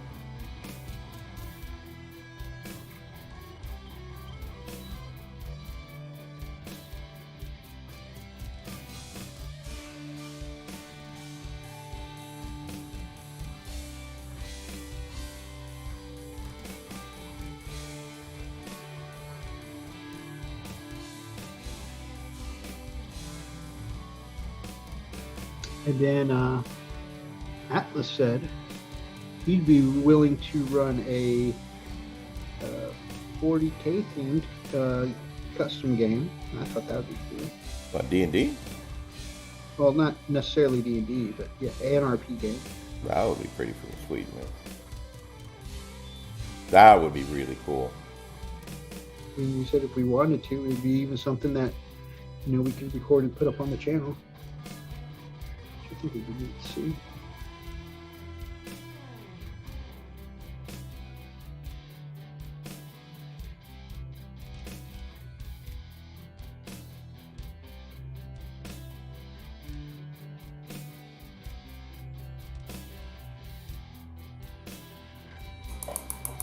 Roxas, man, I miss RP night every Saturday night with the fam, man.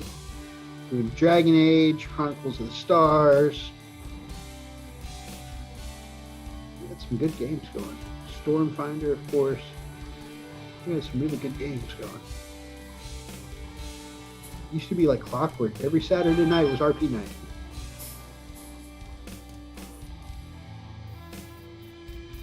Heck, before I found Warhammer, it was like every Friday night was card night, and every Saturday night was RP night. They could clockwork back to back all the time. It's pretty cool.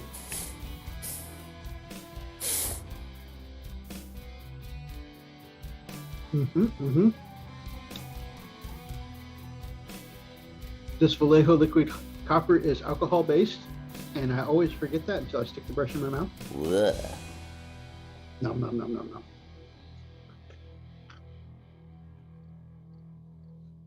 Over here getting drunk on copper. You nasty. Oh.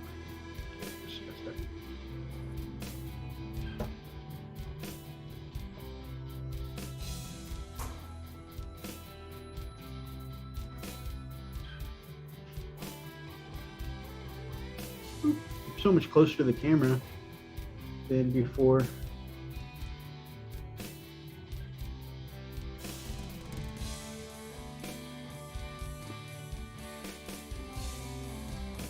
Hey, Freak, after the show, I need you to remind me what software I need to download for the Logitech again, since I'm on a new computer.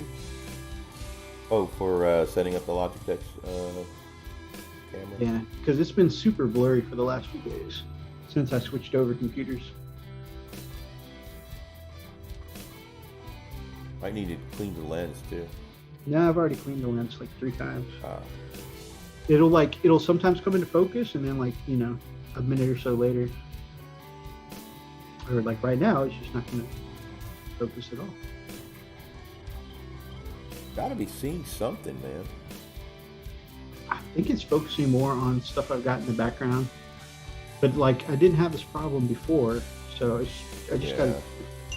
I think it's, but I had the Logitech software on the laptop, so right. I don't have it now. Wondering if that might be a contributing factor. That's easy to do. You can just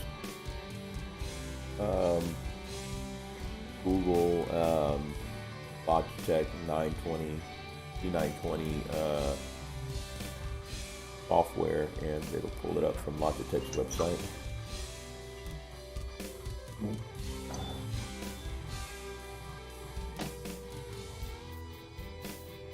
Our brother, the Pickle Jar, got himself a brand new C920. That's pretty cool. Nice.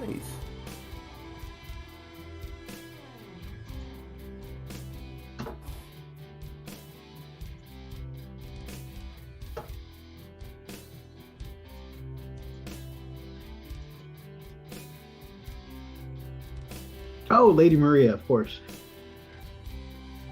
I forgot about Lady Maria. I don't know how I forgot about Lady Maria. I've got her picture up like 3 times around in the house. I don't know how I forgot about Lady Maria.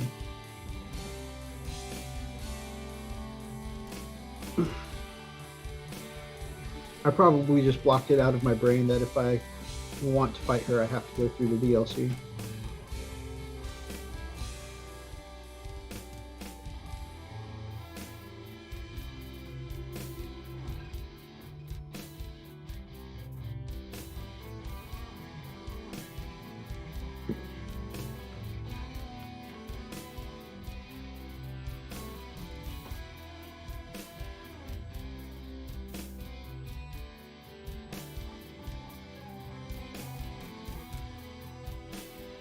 Man, in addition to watching my favorite hobby content channels, man, I cannot stop watching that true crime channel I was telling you about, Stephanie Sue.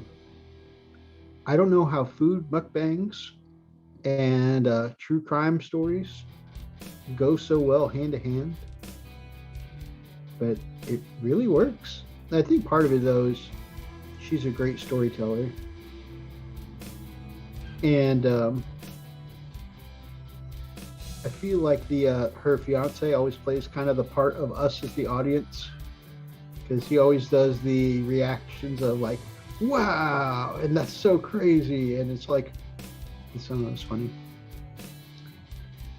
Oh. You ever finish a stroke with your brush, and as you're lifting, the brush accidentally smear paint on something else? Yeah. Oh my God, that just drives me absolutely nuts. You're thinking, oh, look, I'm done. Where did that come from? Why is there a big old line of paint all across the side of my model?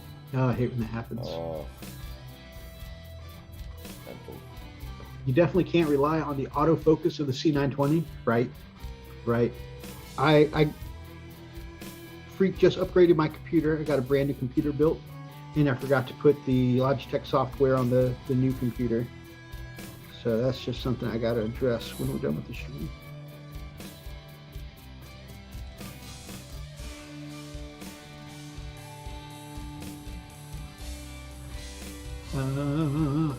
I love Mike Chen for food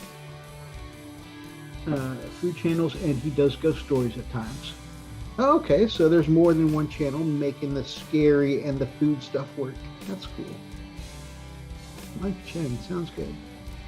And if you like that stuff, I definitely recommend trying out a video or two from Stephanie Sue at some point. Not to mention, I mean, you know, if you're going to watch a story about true crime and listen to a good storyteller and a mukbang, I mean, you know, she's easy on the eyes as well while she's doing her storytelling thing. So. I mean, honestly, really want to make an impact, just get somebody who's kind of scary as hell and tell a story, you know. I'll be like, yeah, that left an impact in my life.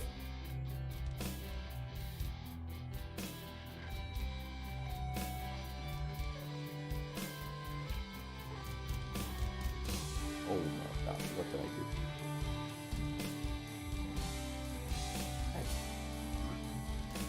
What'd you do?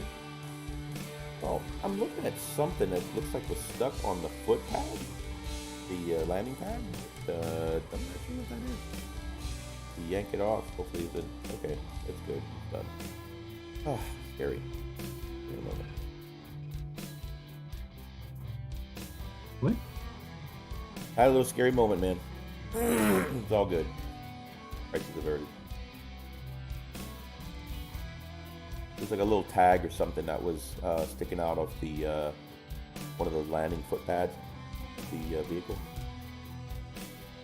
So I wasn't sure if that was resin or paint or something that got stuck in there while I had painted it. That's another worst feeling, is when your paint job dries and you realize that you've got a Marley or Commander hair dried into your paint job. Like, I love my doggy, but damn it, I don't need to send her off.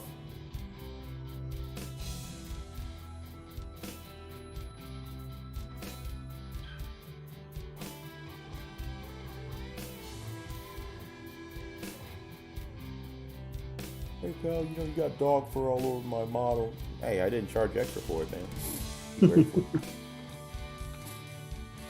Be grateful.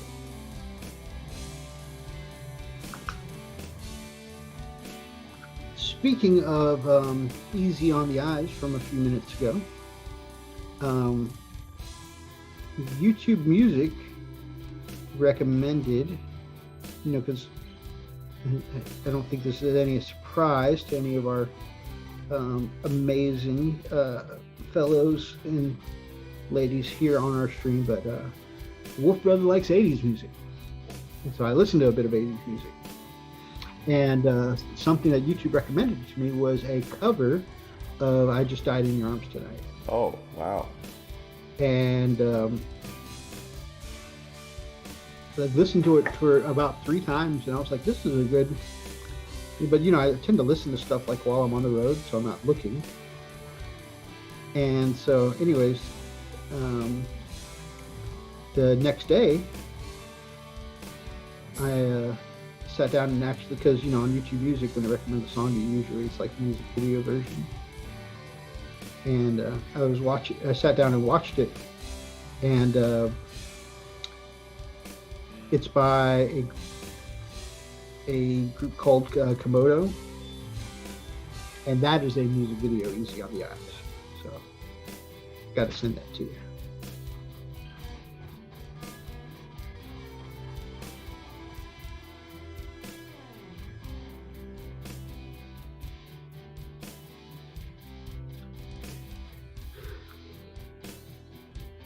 Yeah, I remember listening to that song and a bunch of others, those 80s songs, when I was out delivering my paper route. I think half the time when I come over to play Warhammer, we slap on the 80s music. Yeah, pretty much. David Moffat said, I listened to Scorpions last weekend while painting some Night Haunt, and it was awesome. Nice. Very nice.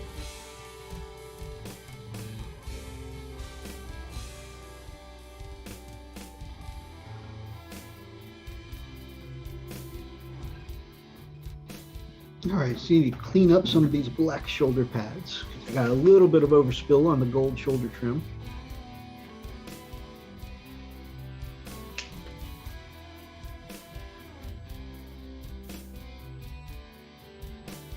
I like that one.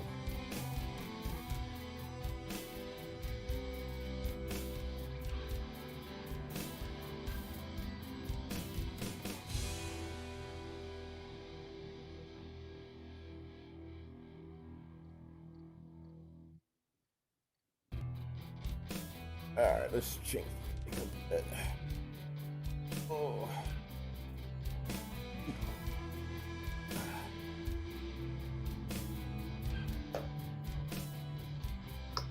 So our next game, Freakaliciousness, what do you think? You'll be playing your wolves or your fist for your next battle?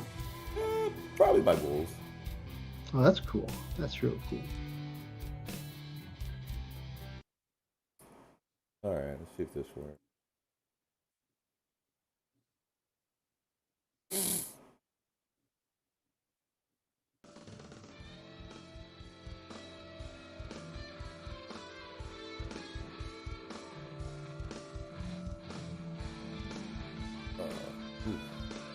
Put this phone in.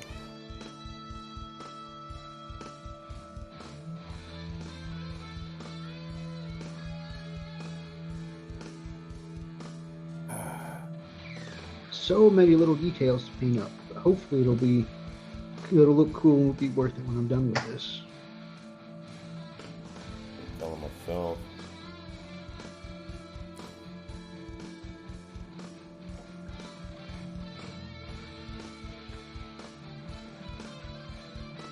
You know what? I think I'm gonna oil wash them.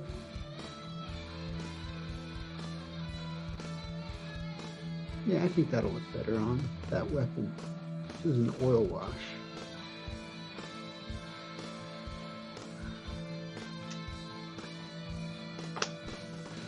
Sweet. Good to hear that you'll be bringing some wolves, my man.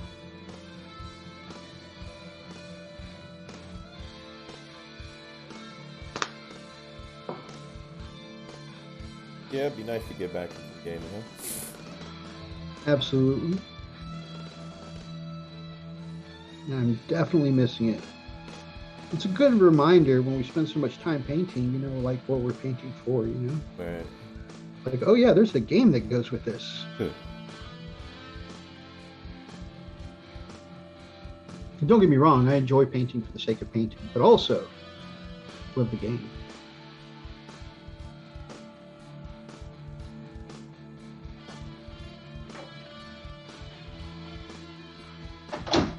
Now, do I want to play my wolves so we have a wolf head-to-head? Oh, that would be awesome. I think that would be neat.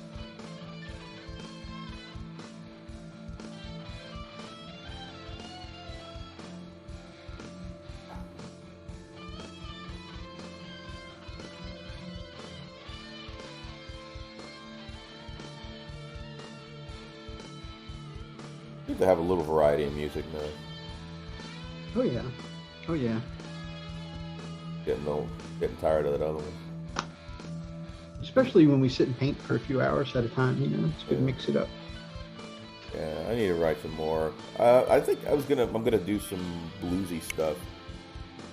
Just kind of mix it up a little bit. You know what I mean? Different genres. Right on.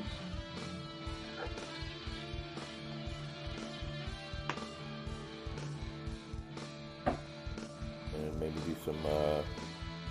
Have a buddy of mine help me do some. I don't know, maybe some electronic. Pretty cool.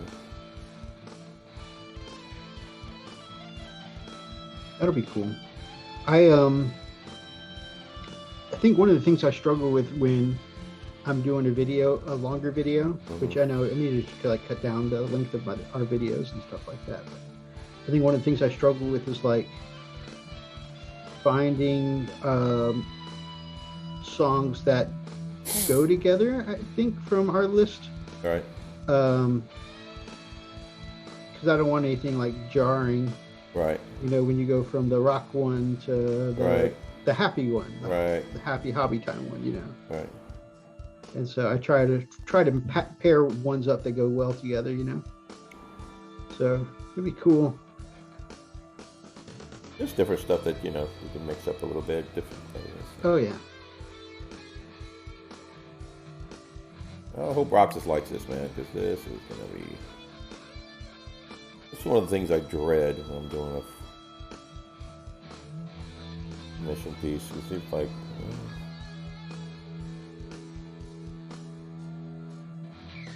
Thanks, man. Thanks for ruining my models.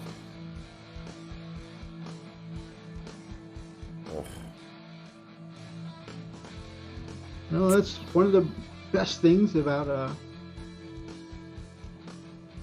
if a paint job doesn't come out the way that it's wanted is, you know, worst case scenario. You lose you friends. always, Yeah, that's great. worst case scenario is maybe you strip it, but as our brother Rich from Spray Black Studio says, you can always spray black and start again. Yeah.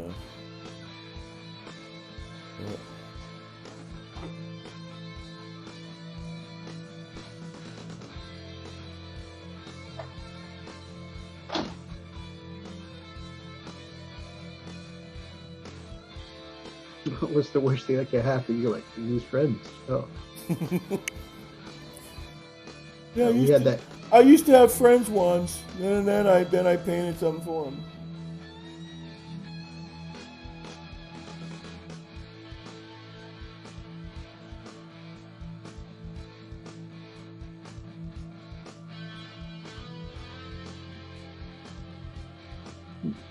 I used to have Brother Meeks. Brother Meeks, my man, good to see you.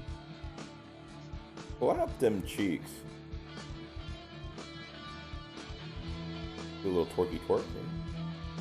Roxas says, I would pay to hear you try something along the lines of Zeal and Ardor blues metal. Ah, that would be fun. Those are words.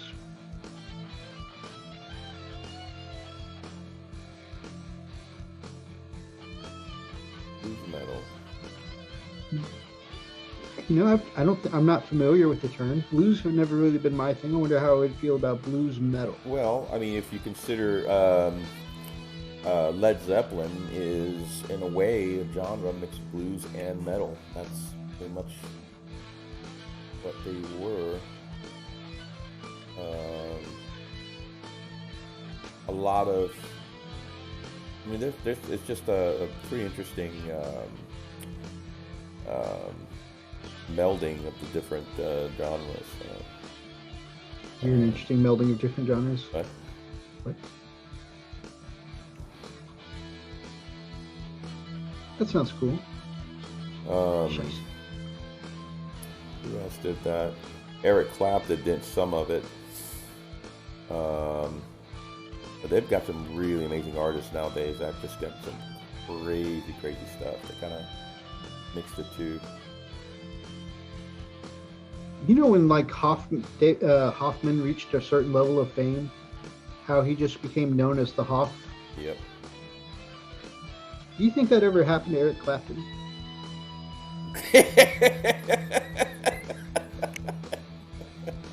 You know how much I love talking about the clap.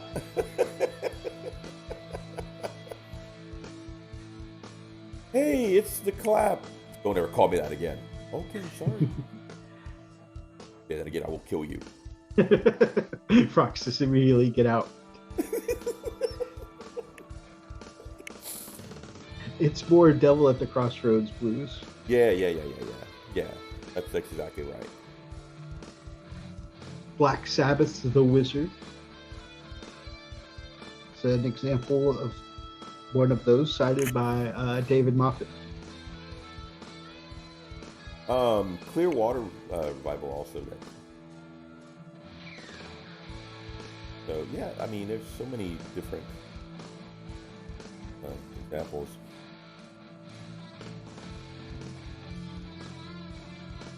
Okay, yeah, I'm gonna paint these black.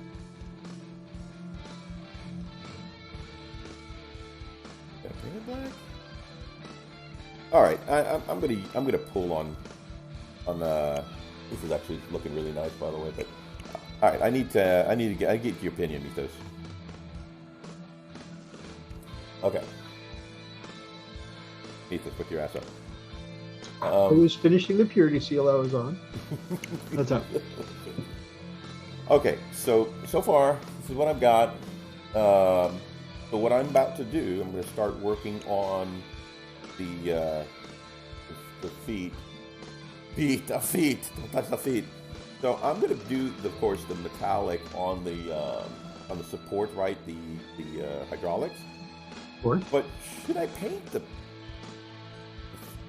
actual pads or the pads? Should I paint those black or?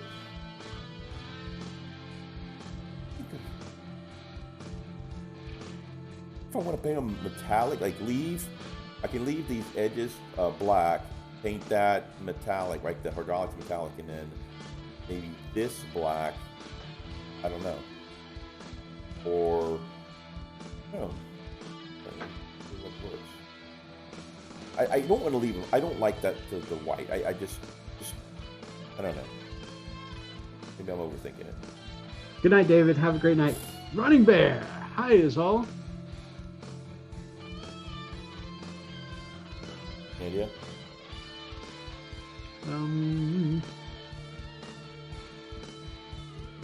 Black's a pretty good base color.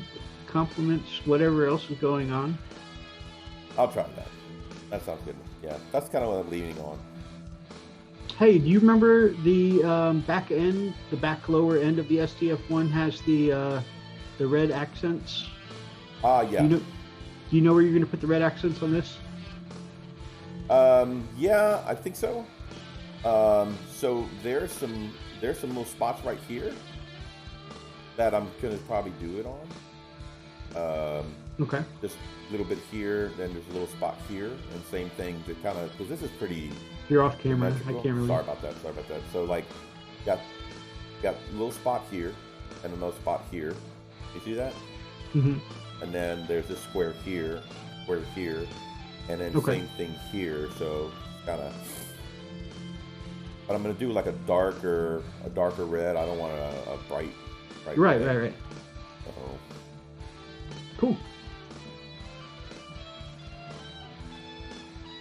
Richard Smith. Morning, boys. Good morning, my brother. aye.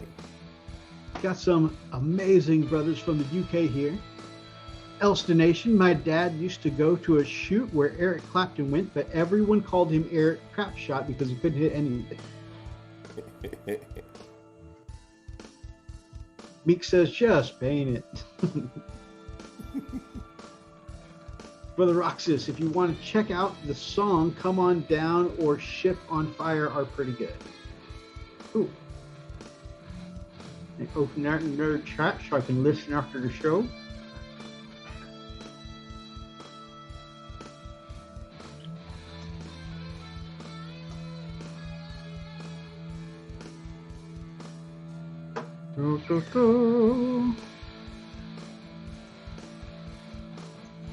Ship on Fire.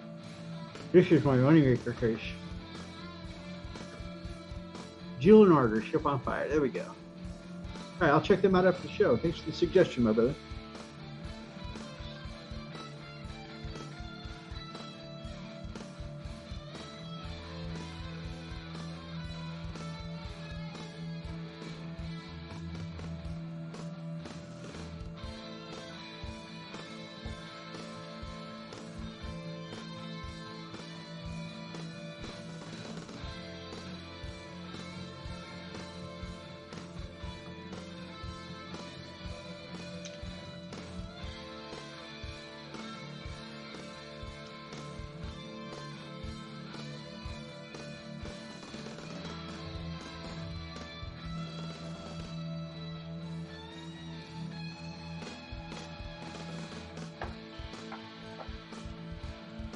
Yeah, so I think I'm gonna put these, make these a little metallic.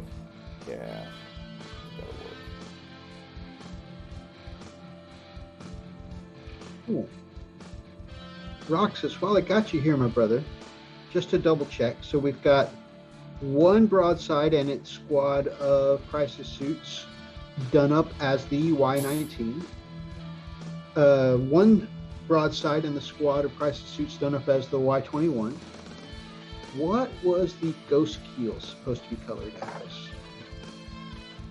What am I drawing on as inspiration for the ghost keel? Just want to make sure I've got everything themed the way it's supposed to be. And I think the ghost keel will be part of an upcoming project.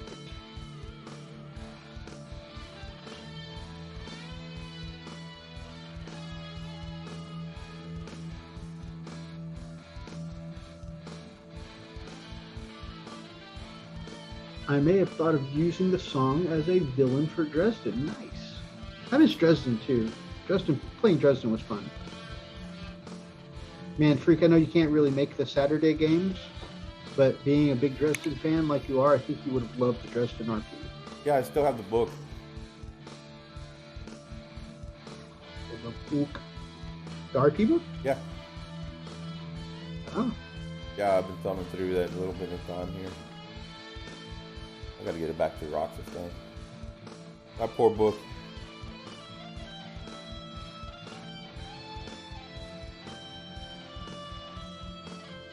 That book has seen some use, man. Okay. Also, that sounds like a giggity. Not that kind of book.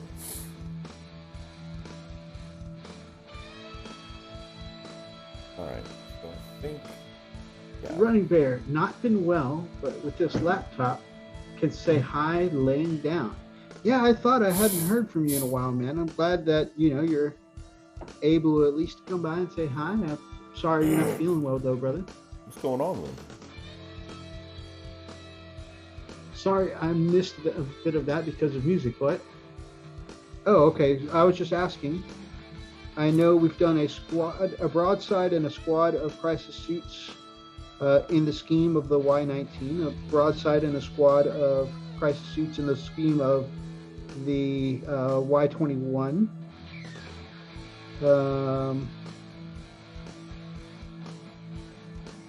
What did you want the ghost keel colored as or inspired by? I just want to make sure, because I want to do the ghost keel for an upcoming project, and I just want to make sure I got the right scheme down.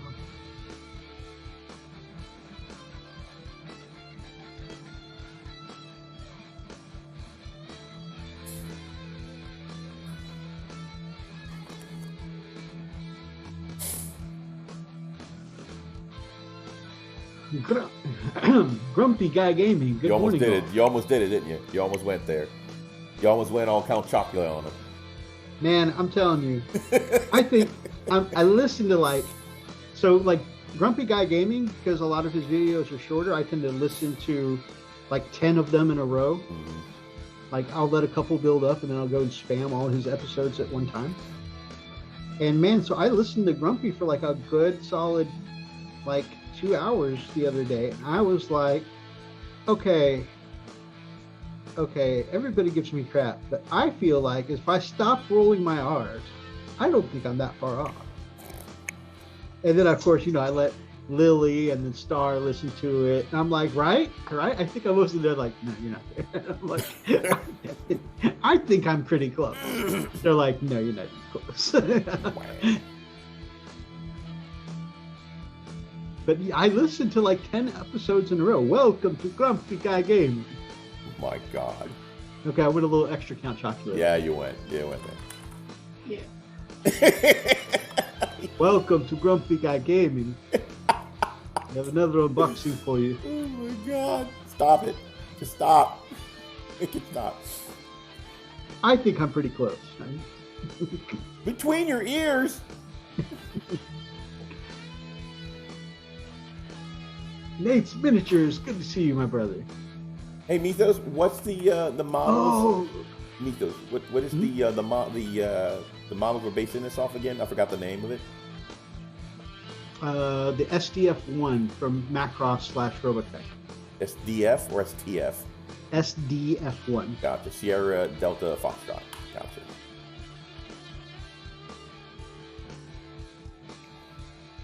There it is. RA, have an infection, so I can't take my meds, which makes my RA go out of control, hurting and tired all the time. I'm sorry. I think that's rheumatoid arthritis. I think we were talking about Skull 1. Okay. I know we did, oh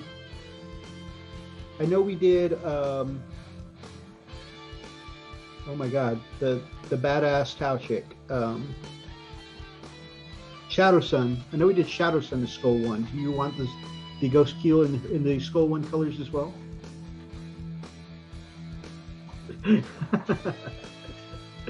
Grumpy laughing at me. He said, I'll try and do the Count voice on my next vlog. That would be awesome. Yes. Yeah, if you could do that just for Mythos. This is for Mythos. Hey, told you. I've been working on this for like 15 years for Lily. Okay? The Transylvanian accent is my sexiest accent. No, it's not, you weirdo. I'm like, Lily, I want to bite your neck. No. She'll come around. Yeah. Oh, she'll be back. She'll be back. Not if you keep doing that. Funnily enough, she's on her way out the door to walk the dog after she comes back. Oh, man.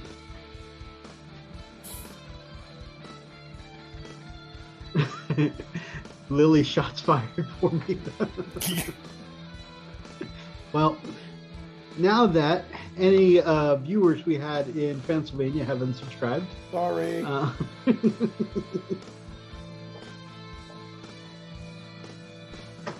Oh, man. We do love you. We're just dumb as hell. That's all we are.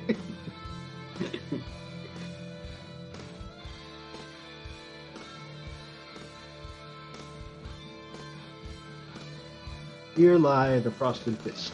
They loved their fans, but they were dumb as hell. Yes, that's perfect. All right. What do you want on your tombstone? Wait, is it a pizza?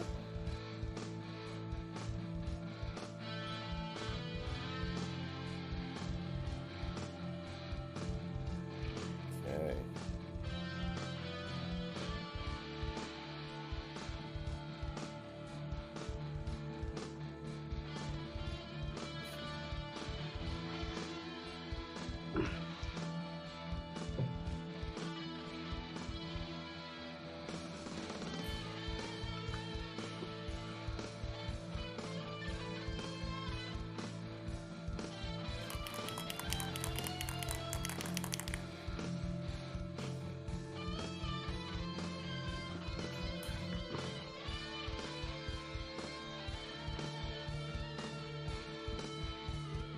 Man, so I was so upset last weekend.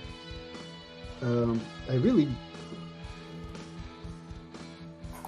I killed myself with my organization or lack thereof in my hobby area. So I'm sure you remember a while back I'd ordered some of those Forge World, Eben Keshig, special 30K Terminators. For my White Scars, right? And that was because I saw that Mini Wargaming uses them as his Blade Guard veterans, and I love 30K models. I really do. I just don't want to play 30K. Right. And I was been wanting those Terminators for a while, but I couldn't think of a use for them. And seeing Mini Wargame do that, I'm like, I want to use them as my Blade Guard veterans. And so I can put my Indomitus ones towards my Space Wolves, which never hurts to have another melee unit for Space Wolves. And so, I finally ordered the Eben Keshi. And of course, put them on the back burner because I was working on some other projects towards the end of the year. And now that we're at the beginning of the year, I'm like, okay, once I come off, doing some of this commission work, I can crank out those Eben Keshi finally. And I bought Storm Shields or, to use, because Mini Wargaming runs them straight as the 30K models to use them as Blade Guard veterans. And the biggest issue I've seen with people in their comments section is that, they're not really WYSIWYG if they don't have shields. And I was like, okay. So I got some Storm Shields specifically for that. Now, my problem with that is I had them set to the side. And then I was like, okay, well, new year, I've got some new projects on the desk. I'm clearing out some old projects and clearing out, some of these commissions and stuff. I said, you know what, I'm finally going to work on these. But then I was like, oh yeah, the WYSIWYG thing. So I ordered some Storm Shields, and the Storm Shields finally came. Okay. And then last weekend, I could not find that damn, because with a lot of Forge World stuff, you get the white box, and then you get the little Forge World baggie inside, Right. I had thrown away the box, and I just had the little Forge World baggie of the parts, and I cannot find that sucker anywhere. Anywhere. I've been through my whole bits drawers.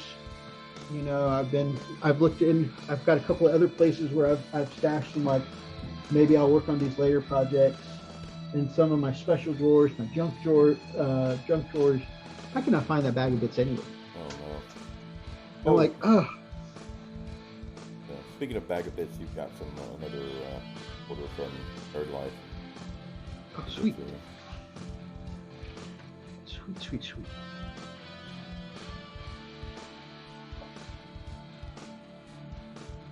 So yeah, that was kind of frustrating. I don't know what I've done to myself. So that project is either back on the back burner until either I finally, and like I said, I've torn up this whole hobby room looking for it. I have no idea what I've done with it. So either in the future I'll come across them and put the project back on, or I'll get frustrated enough and I'll order another box. And what's funny is if I order another set of Eben Keshig, I'll probably find the old ones as soon as I order. Probably sometime between clicking buy on the first order or on the second order, but before it gets here, It'll show I'll up. find the first Oh, order. Yep. look, there it is. Oh, yay.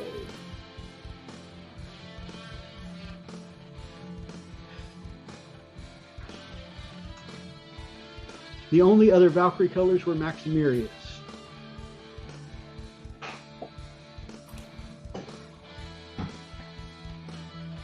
Well,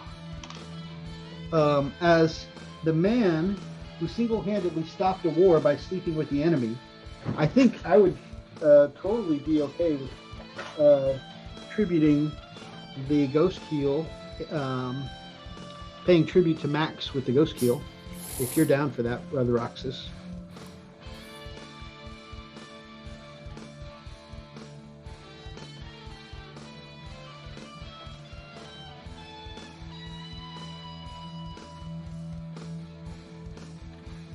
I mean, Max, who stopped the war by sleeping with the champion of a caste of warrior women from another planet.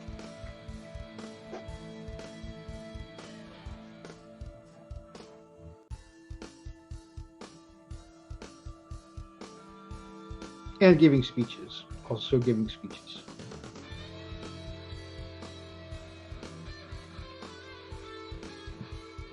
Sounds good to me. Nice. Nice. Max Sterling it is.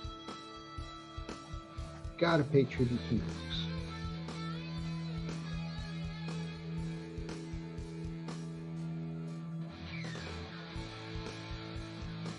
What's funny is that, you know, when Max would make one of his speeches in the show Freak, he'd stop in the middle of battle and give these speeches, but it almost looked like he'd be standing up to give these dramatic speeches in his plane.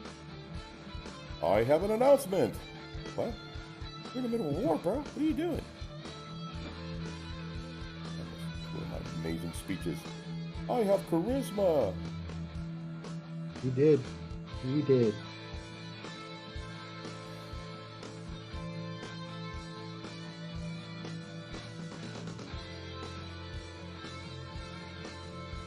What's funny is when he first appears in the show, they kind of paint him as the nerdy guy, you know, because he's the small, skinny guy with glasses, and you know, the main character is promoted to squad leader at the time, so he's kind of interviewing them, and he's like, all right, you know, my name is Rick Hunter. I have these many confirmed kills and these many, you know, hours in combat, and you know, let me get to know my men. And so, you know, he goes to the next guy, and the guy gives, you know, X amount of confirmed kills and, you know, X amount of combat hours, and, you know, kind of goes down the line. When he gets to Max, Max is like, you know, my name is Max Sterling, and I have over 10,000 hours in this battle simulator, sir. He's like, battle simulator? What combat experience do you have? I have over 10,000 hours in the battle simulator. And so he kind of gets painted as the nerd at first, right? They go into their first battle, and he's just shooting down the enemy left and right, like confirmed kills all over the place. He was like, oh, by the way, I'm also awesome. Wow. And that was your character? What? No, this is an anime. Oh, okay. Yeah, it's the show that this the paint shop you're doing is based on. Gotcha. Yep, Max Sterling.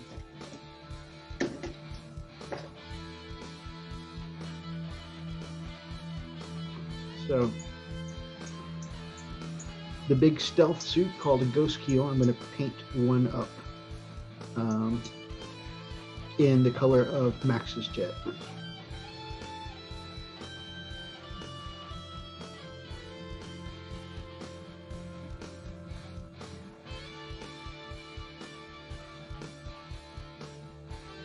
Laying down the base script for the red.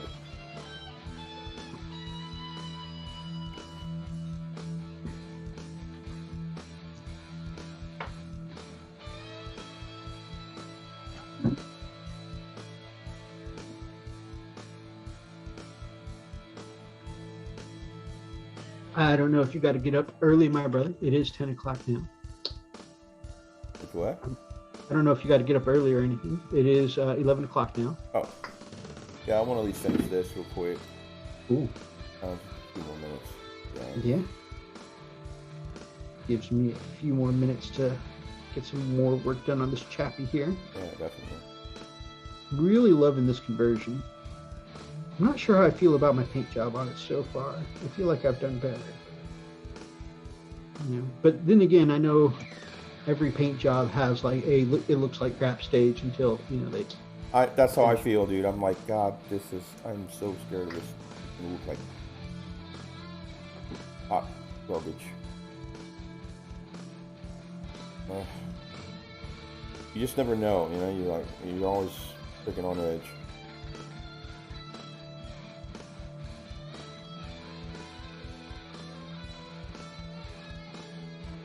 Did you find that reference picture you were looking for the SCF one? Yeah, I did.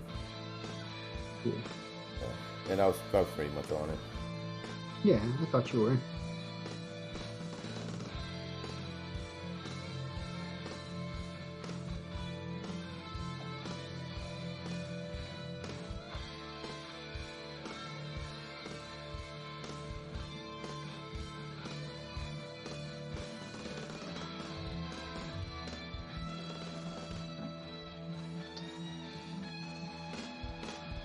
Yeah, it's definitely time to write new music.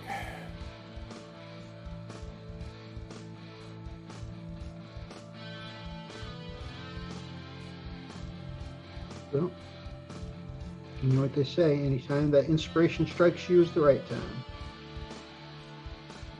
I haven't had a lot of inspiration, man. Don't get me. Oh, so that wasn't inspiration talking, that was just you want to hear something new. I got you. I got you, man.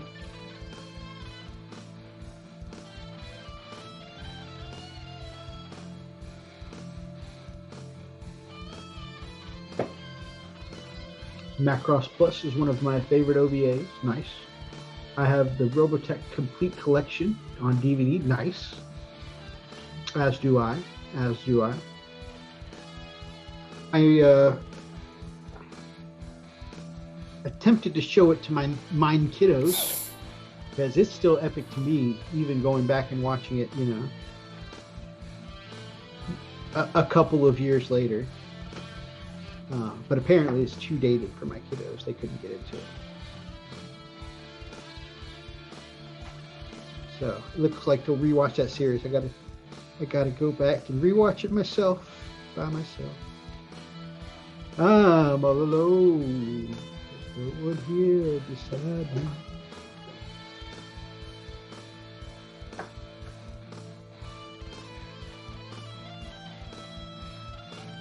So since I failed with that, I'm going to go back and show them a different one from that same time period and show them Transformers, the movie from the 80s, the animated movie. Nice. If that doesn't work, nothing will.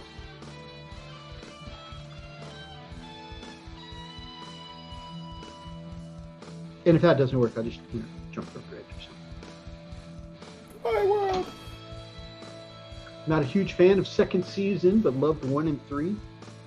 Yeah, the second season, the hover tanks just never impressed me as much as the Valkyries and stuff.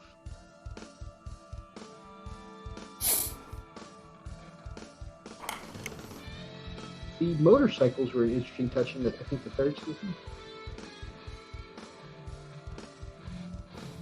Since they were, like, operating on a smaller scale, it felt, I don't know, a little more up close and personal. The threat felt a little more real.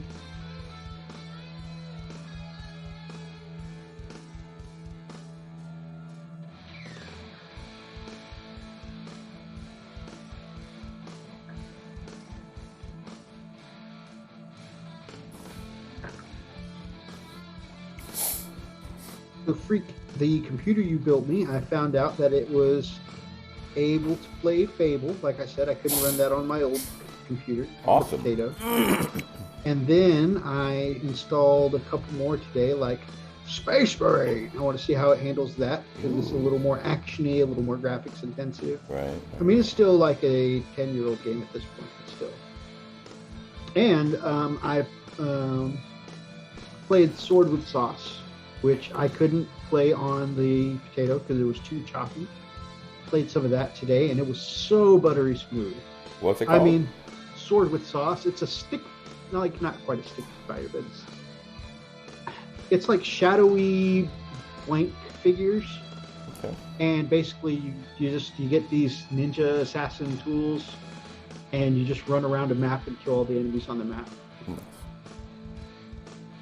And there's like a stealth component, but you don't have to go the stealth round. And it's one of those, like, once the first person sees you, everybody on the map is alerted to you. Right. So it's just a fun little, like, you know, dig around for a few minutes. Well, the neat thing about what you've got, man, you have a sufficient machine to be able to run just about every game on Steam. You know, Yeah, so like so- if you wanted to play Payday 2 or some of the other stuff that we normally play, you know, even Raft, dude. Jeez. You know, imagine what Raft looks like on your machine. So I will probably be, you know, getting some of these whenever Steam sales come around. Yeah, definitely.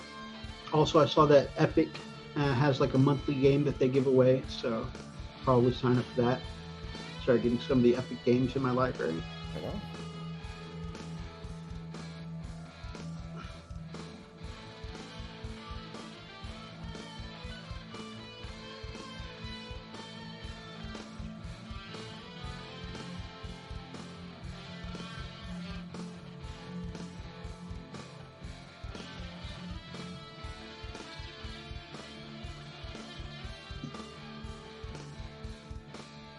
You know, in my lore, the Silver Moon don't wear gold.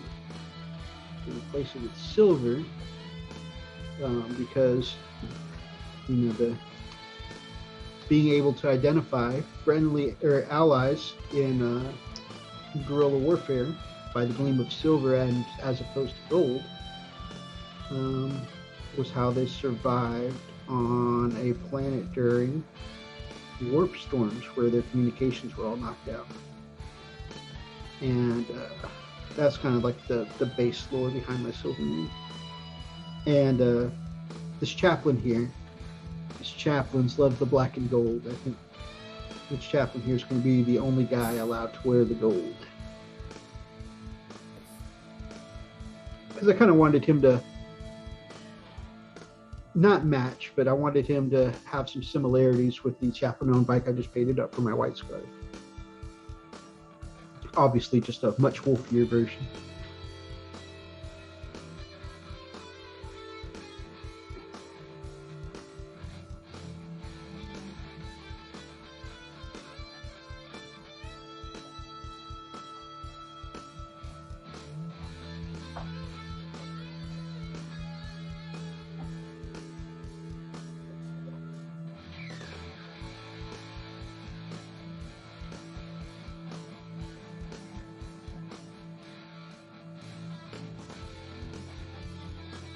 Destiny is calling me regarding history. Every day is fighting to be legendary.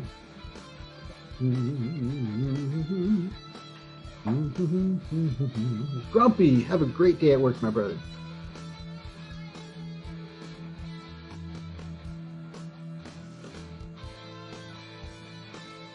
Well, out of curiosity, the folks in the chat, what are you guys working on tonight? Are y'all doing any hobbying tonight? I don't know if I can go that far enough, but I know I have some cool projects that were worth mentioning. Commodore was working on his Lizard Men. Good.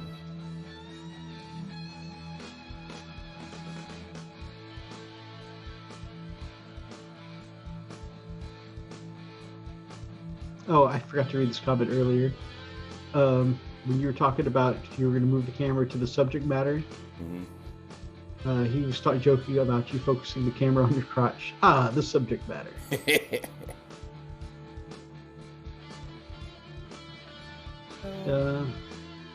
That is only for the stage, sir.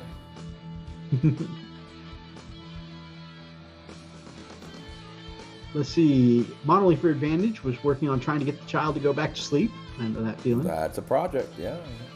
Brack the War Boss doing the final touches on his Attack Squig 2.0, which is a squig with added biotech. Which is pretty cool.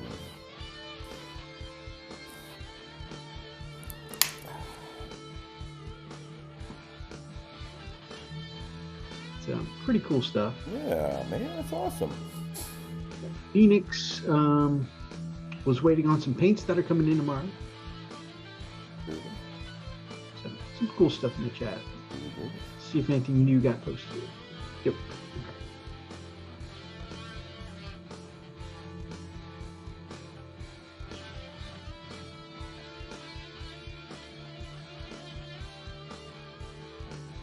Oh, you know, my some of the tactical channels, like Brady from Almost Pro Gaming, and you know, my favorite Auspex Tactics, and a few other tactics channels, got together and they had a little tournament on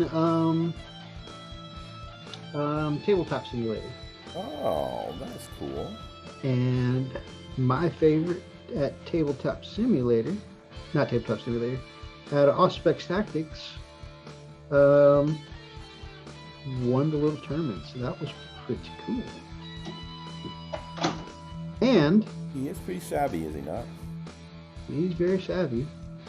And he won with a soup list, interestingly enough. Wow. Which, you know, they've done a lot to try and discourage soup lists.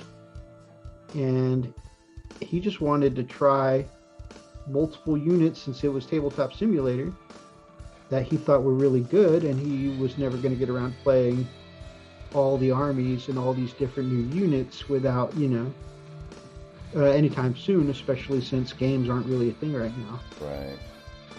So he's like, sure, and I'm going to do a soup list and try all the things I've been wanting to try. Makes sense. And so he ran Sisters, so that way he could use the big engines called the Mortifiers, which are like Penitent engines with extra DACA.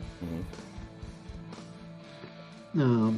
He used that and a Canoness. From AdMech, he used Breachers and those dog horse mounts, the cavalry, the brand new cavalry units. Yeah. Which was the main reason why he took AdMech, and it turns out they're a great screening unit. So they won him like a lot of objectives because they can sit on objectives and shoot.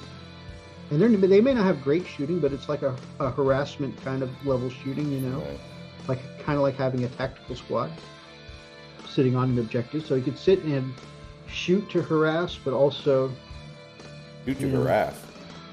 Yeah. Wasn't I heard harass? Gosh. Sorry. Anyways. But yeah, so they would sit in the objectives, and then if something came to take those objectives from them, like a troop choice or something like that, a lot of times they would charge to try and take those objectives. But those cavalry have an ability that when they get targeted for a charge, they can immediately fall back 12 inches. And so if they were counting on making the charge to take that objective, he wouldn't be in charge range anymore. And so it would deny them the objective. And then he could move back up to the objective on his turn. So it was pretty cool.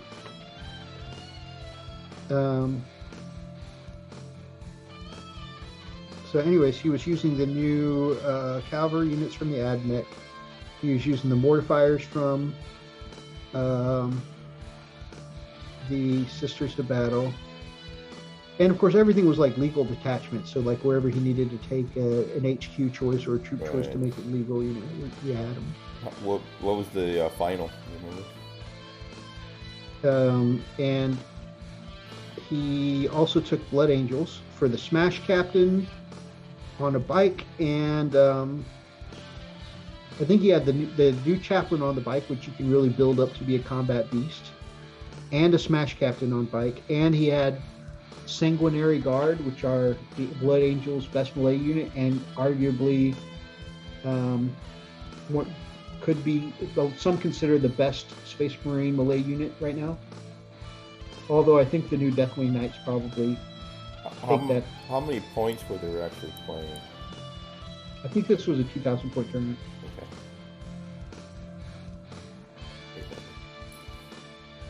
So he souped it up and didn't have a lot of command points, but basically had good units from every army on the table. Right. It was really cool.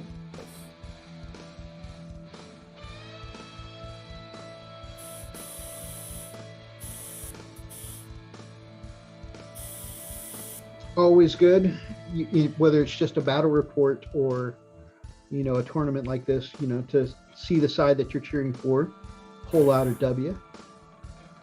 Right.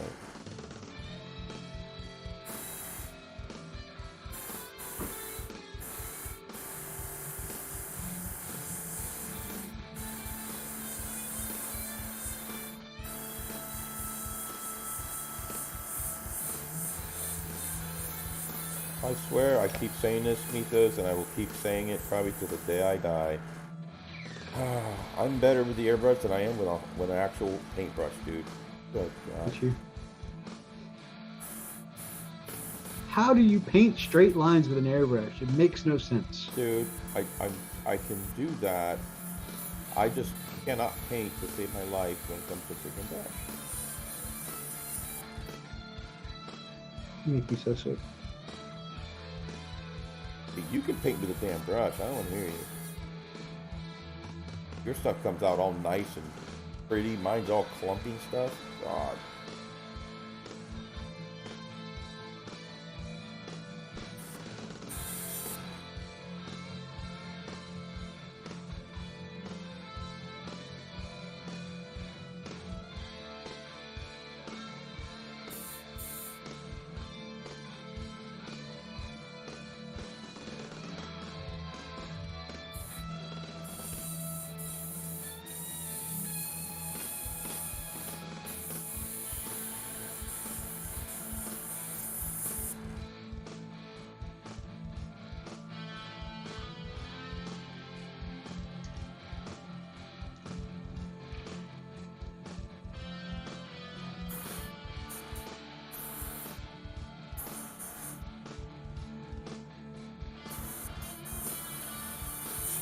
Man, I see it and I just don't understand it.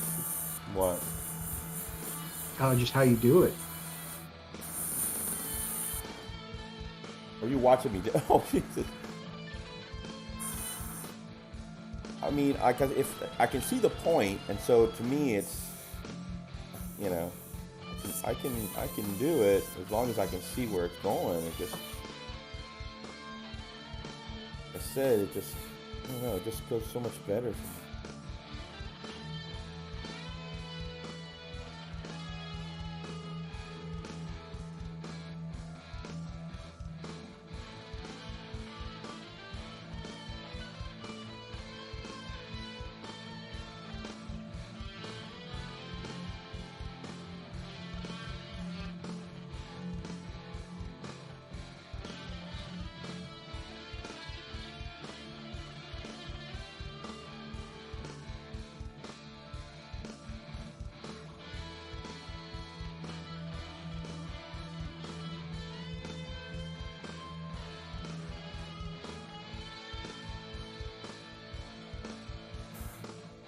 A little bit of overspray. Clean it up with some white.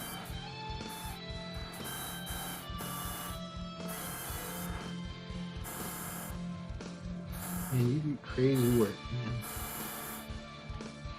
Crazy work.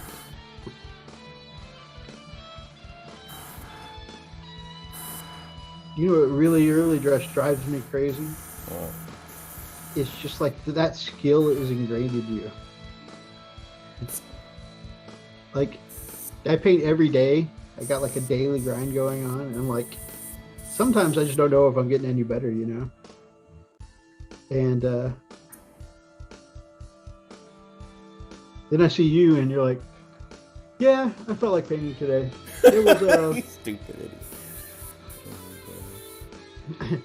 I painted today. It was like, maybe my second time this month, and then you put out like a Mona Lisa, and I'm just like, oh, the trigger.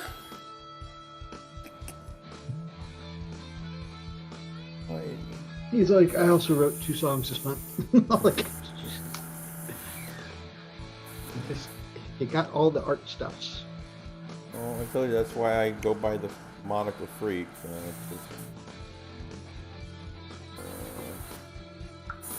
It drives me crazy about Cloud too. He's just like, yeah, I just tried some stuff, and he's just like immediately awesome at stuff, and I'm just like, oh my god, I'm so jealous. I love Cloud, but I'm so jealous. He's just so good at everything.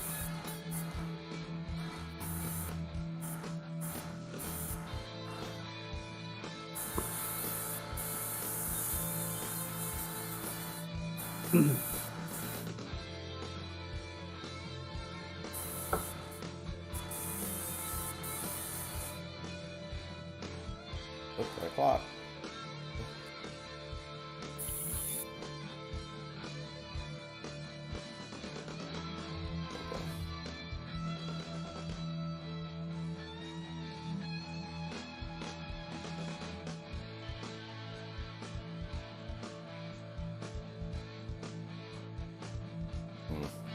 That's too damn chunky. I really did.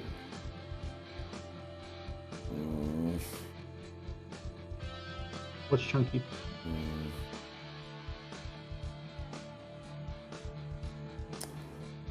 I'm gonna have to do some wet sanding on that thing.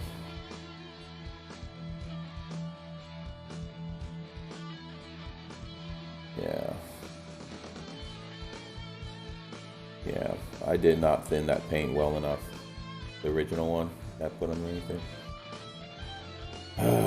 The one you were brushing on at first? Yeah, I'm not a fan.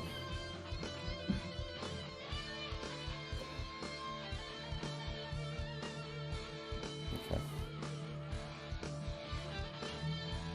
I'll just keep it going.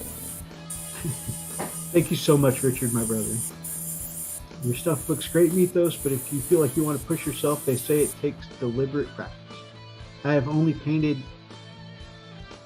HYW? HYW. Apart from Death Guard in about 6 months, feeling scared of Morty. But I see you do good work all the time, man. Like, I feel like your Morty's going to be awesome. Especially since you get in there and you do stuff like freehand and you do good stuff. I think your Morty's going to be that. Oh, 100 Years War.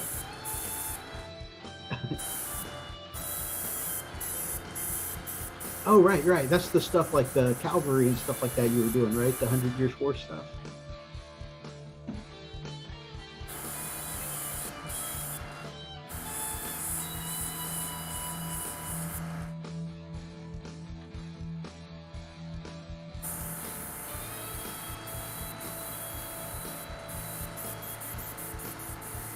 Elstadation. Level ups happen at the weirdest time.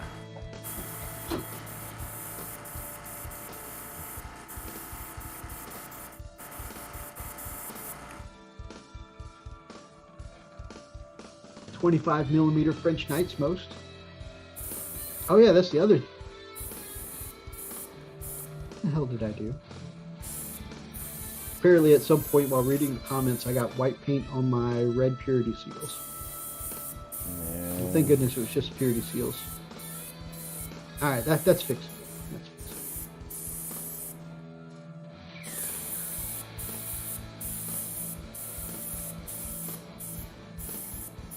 At least it's not somewhere I've already like washed and highlighted.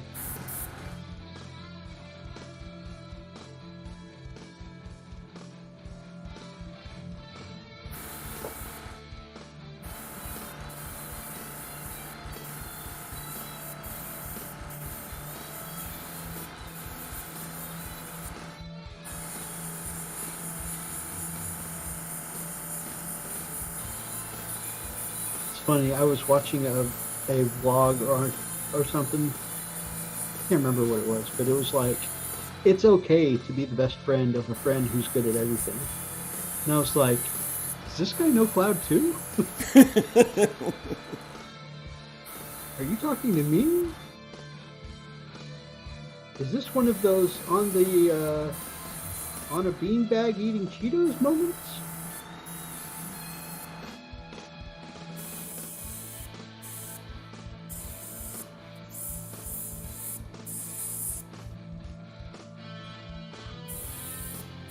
You ever seen that Braun White bit where he said he came across one of those evangelists on TV one night? He's like, "Are you alone?" And he's like, "Uh-huh." "Are you naked on a beanbag eating Cheetos?" "Uh-huh." "Do you want to donate $1,000 to our ministry right now?"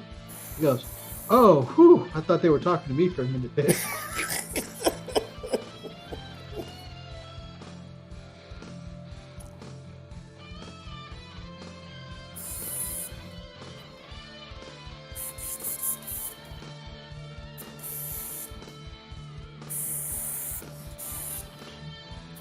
Meandering Shade, good morning, my friend. Good morning.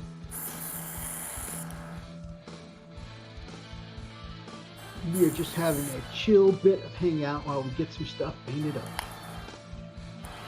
Freak is working on a Tau hammerhead slash whatever the transport's called. It's magnetized, so it can be either. And I have just finished earlier tonight another 8-man team for Spectre Miniatures, and so before I do the last 9 models of that particular commission project, just taking a moment to reward myself by painting on my Space Wolf Primaris Chaplain on Bike Thunderwolf conversion. Very nice. Yeah, I need to stop before I jack anything else up, so for now I'm going to come back and I'm going to wet sand that, get a nice smooth finish. That's what it is. It's got a little chunky. I'm going to wet sand it, get nice and smooth, and then get back on track. Overall, it looks somewhat decent, but yeah, I'm not crazy about the chunkiness of the red. No, sometimes, and actually that's something I feel like I've been getting better about, is knowing when to walk away instead of getting to the point where I rage quit and what's the term when I start tilting, and I know that I'm screwing up, so I'm performing badly, and then that's making me frustrated, and frustrating is making me screw up more. Essex boys.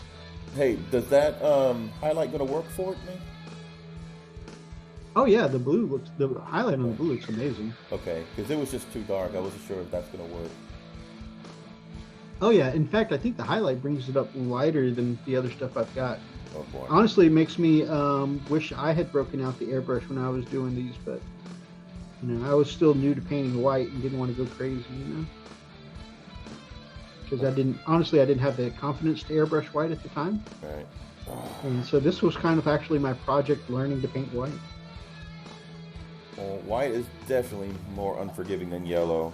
That I know. So, a lot of cleanup that goes in that. Oh. See, it's a lot of people are just like, all you got to do is paint gray. And I'm like, it's not the white itself. I feel like I've got a good formula for white. It's painting everything around it. Exactly. Essex boys. So I need to answer your message from yesterday. I just got busy at work and I didn't get a chance to answer it back, but I will be answering you shortly. I just woke up early and look who's on. Unfortunately, we're like kind of on the way out the door at the moment. Oh man. Well, I'm done, man. I'm going to finish up this purity seal I'm working on, and then I'll do the outro. Do it. But man, I really appreciate our friends who woke up and said, you know what, our brother's the Frosted Fister. And I appreciate everybody who was here earlier tonight. Not that I disregard you. I appreciate everyone. Then again, there's probably not really anything good on right now. Okay. Gosh. Like, Yes, going through all the channels, you know. I know we've had kind of a quiet night too. I'm not sure we were Yeah. good on. I know. They're like, you know, just click, click, click, click, click, click, click. Ain't nothing on. I can't think. The Frosted Fist is still on. I can't think of a time that we've done a show like this where I've struggled so much to find something to say. Like this was one of my quieter nights. And usually you can't make me shut up. I know. Like I'm still telling stories, and you're like, "Man, we need to move on. Man, we need to move on." Right. Like, Oh my god. Oh, look at these knuckleheads. Maybe y'all can see these balls. Essex Boy says, the time zones. She says, great stream, lads, and cheers. Some killer painting. I know, the moment I open that door. You see them? They're just staring there. Yeah. Sitting there staring at you. Like, Daddy, it's bedtime. Daddy, it's bedtime. Turn the light on. What do you want? Daddy, it's bedtime. Oh God, here it comes. All right. Whoa! No, don't jump on me. Don't push me either. Oh. All right.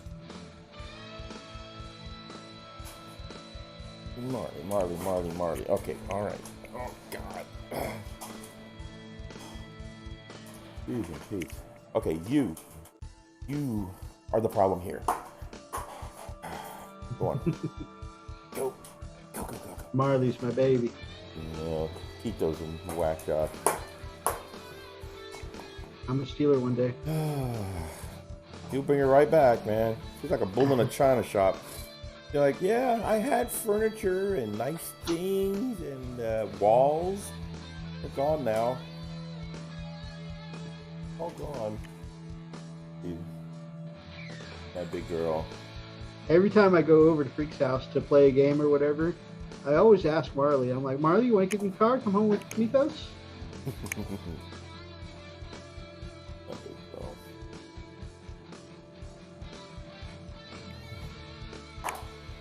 What do you want? Oh, I know what they want. They need to go OUT. Oh, God. What? Ow. Outside? Outside. Okay. Essex, what have you been working on Mythos? So I'm between work projects right now. Well, kind of. Like I have been chipping away at my bone breaker here.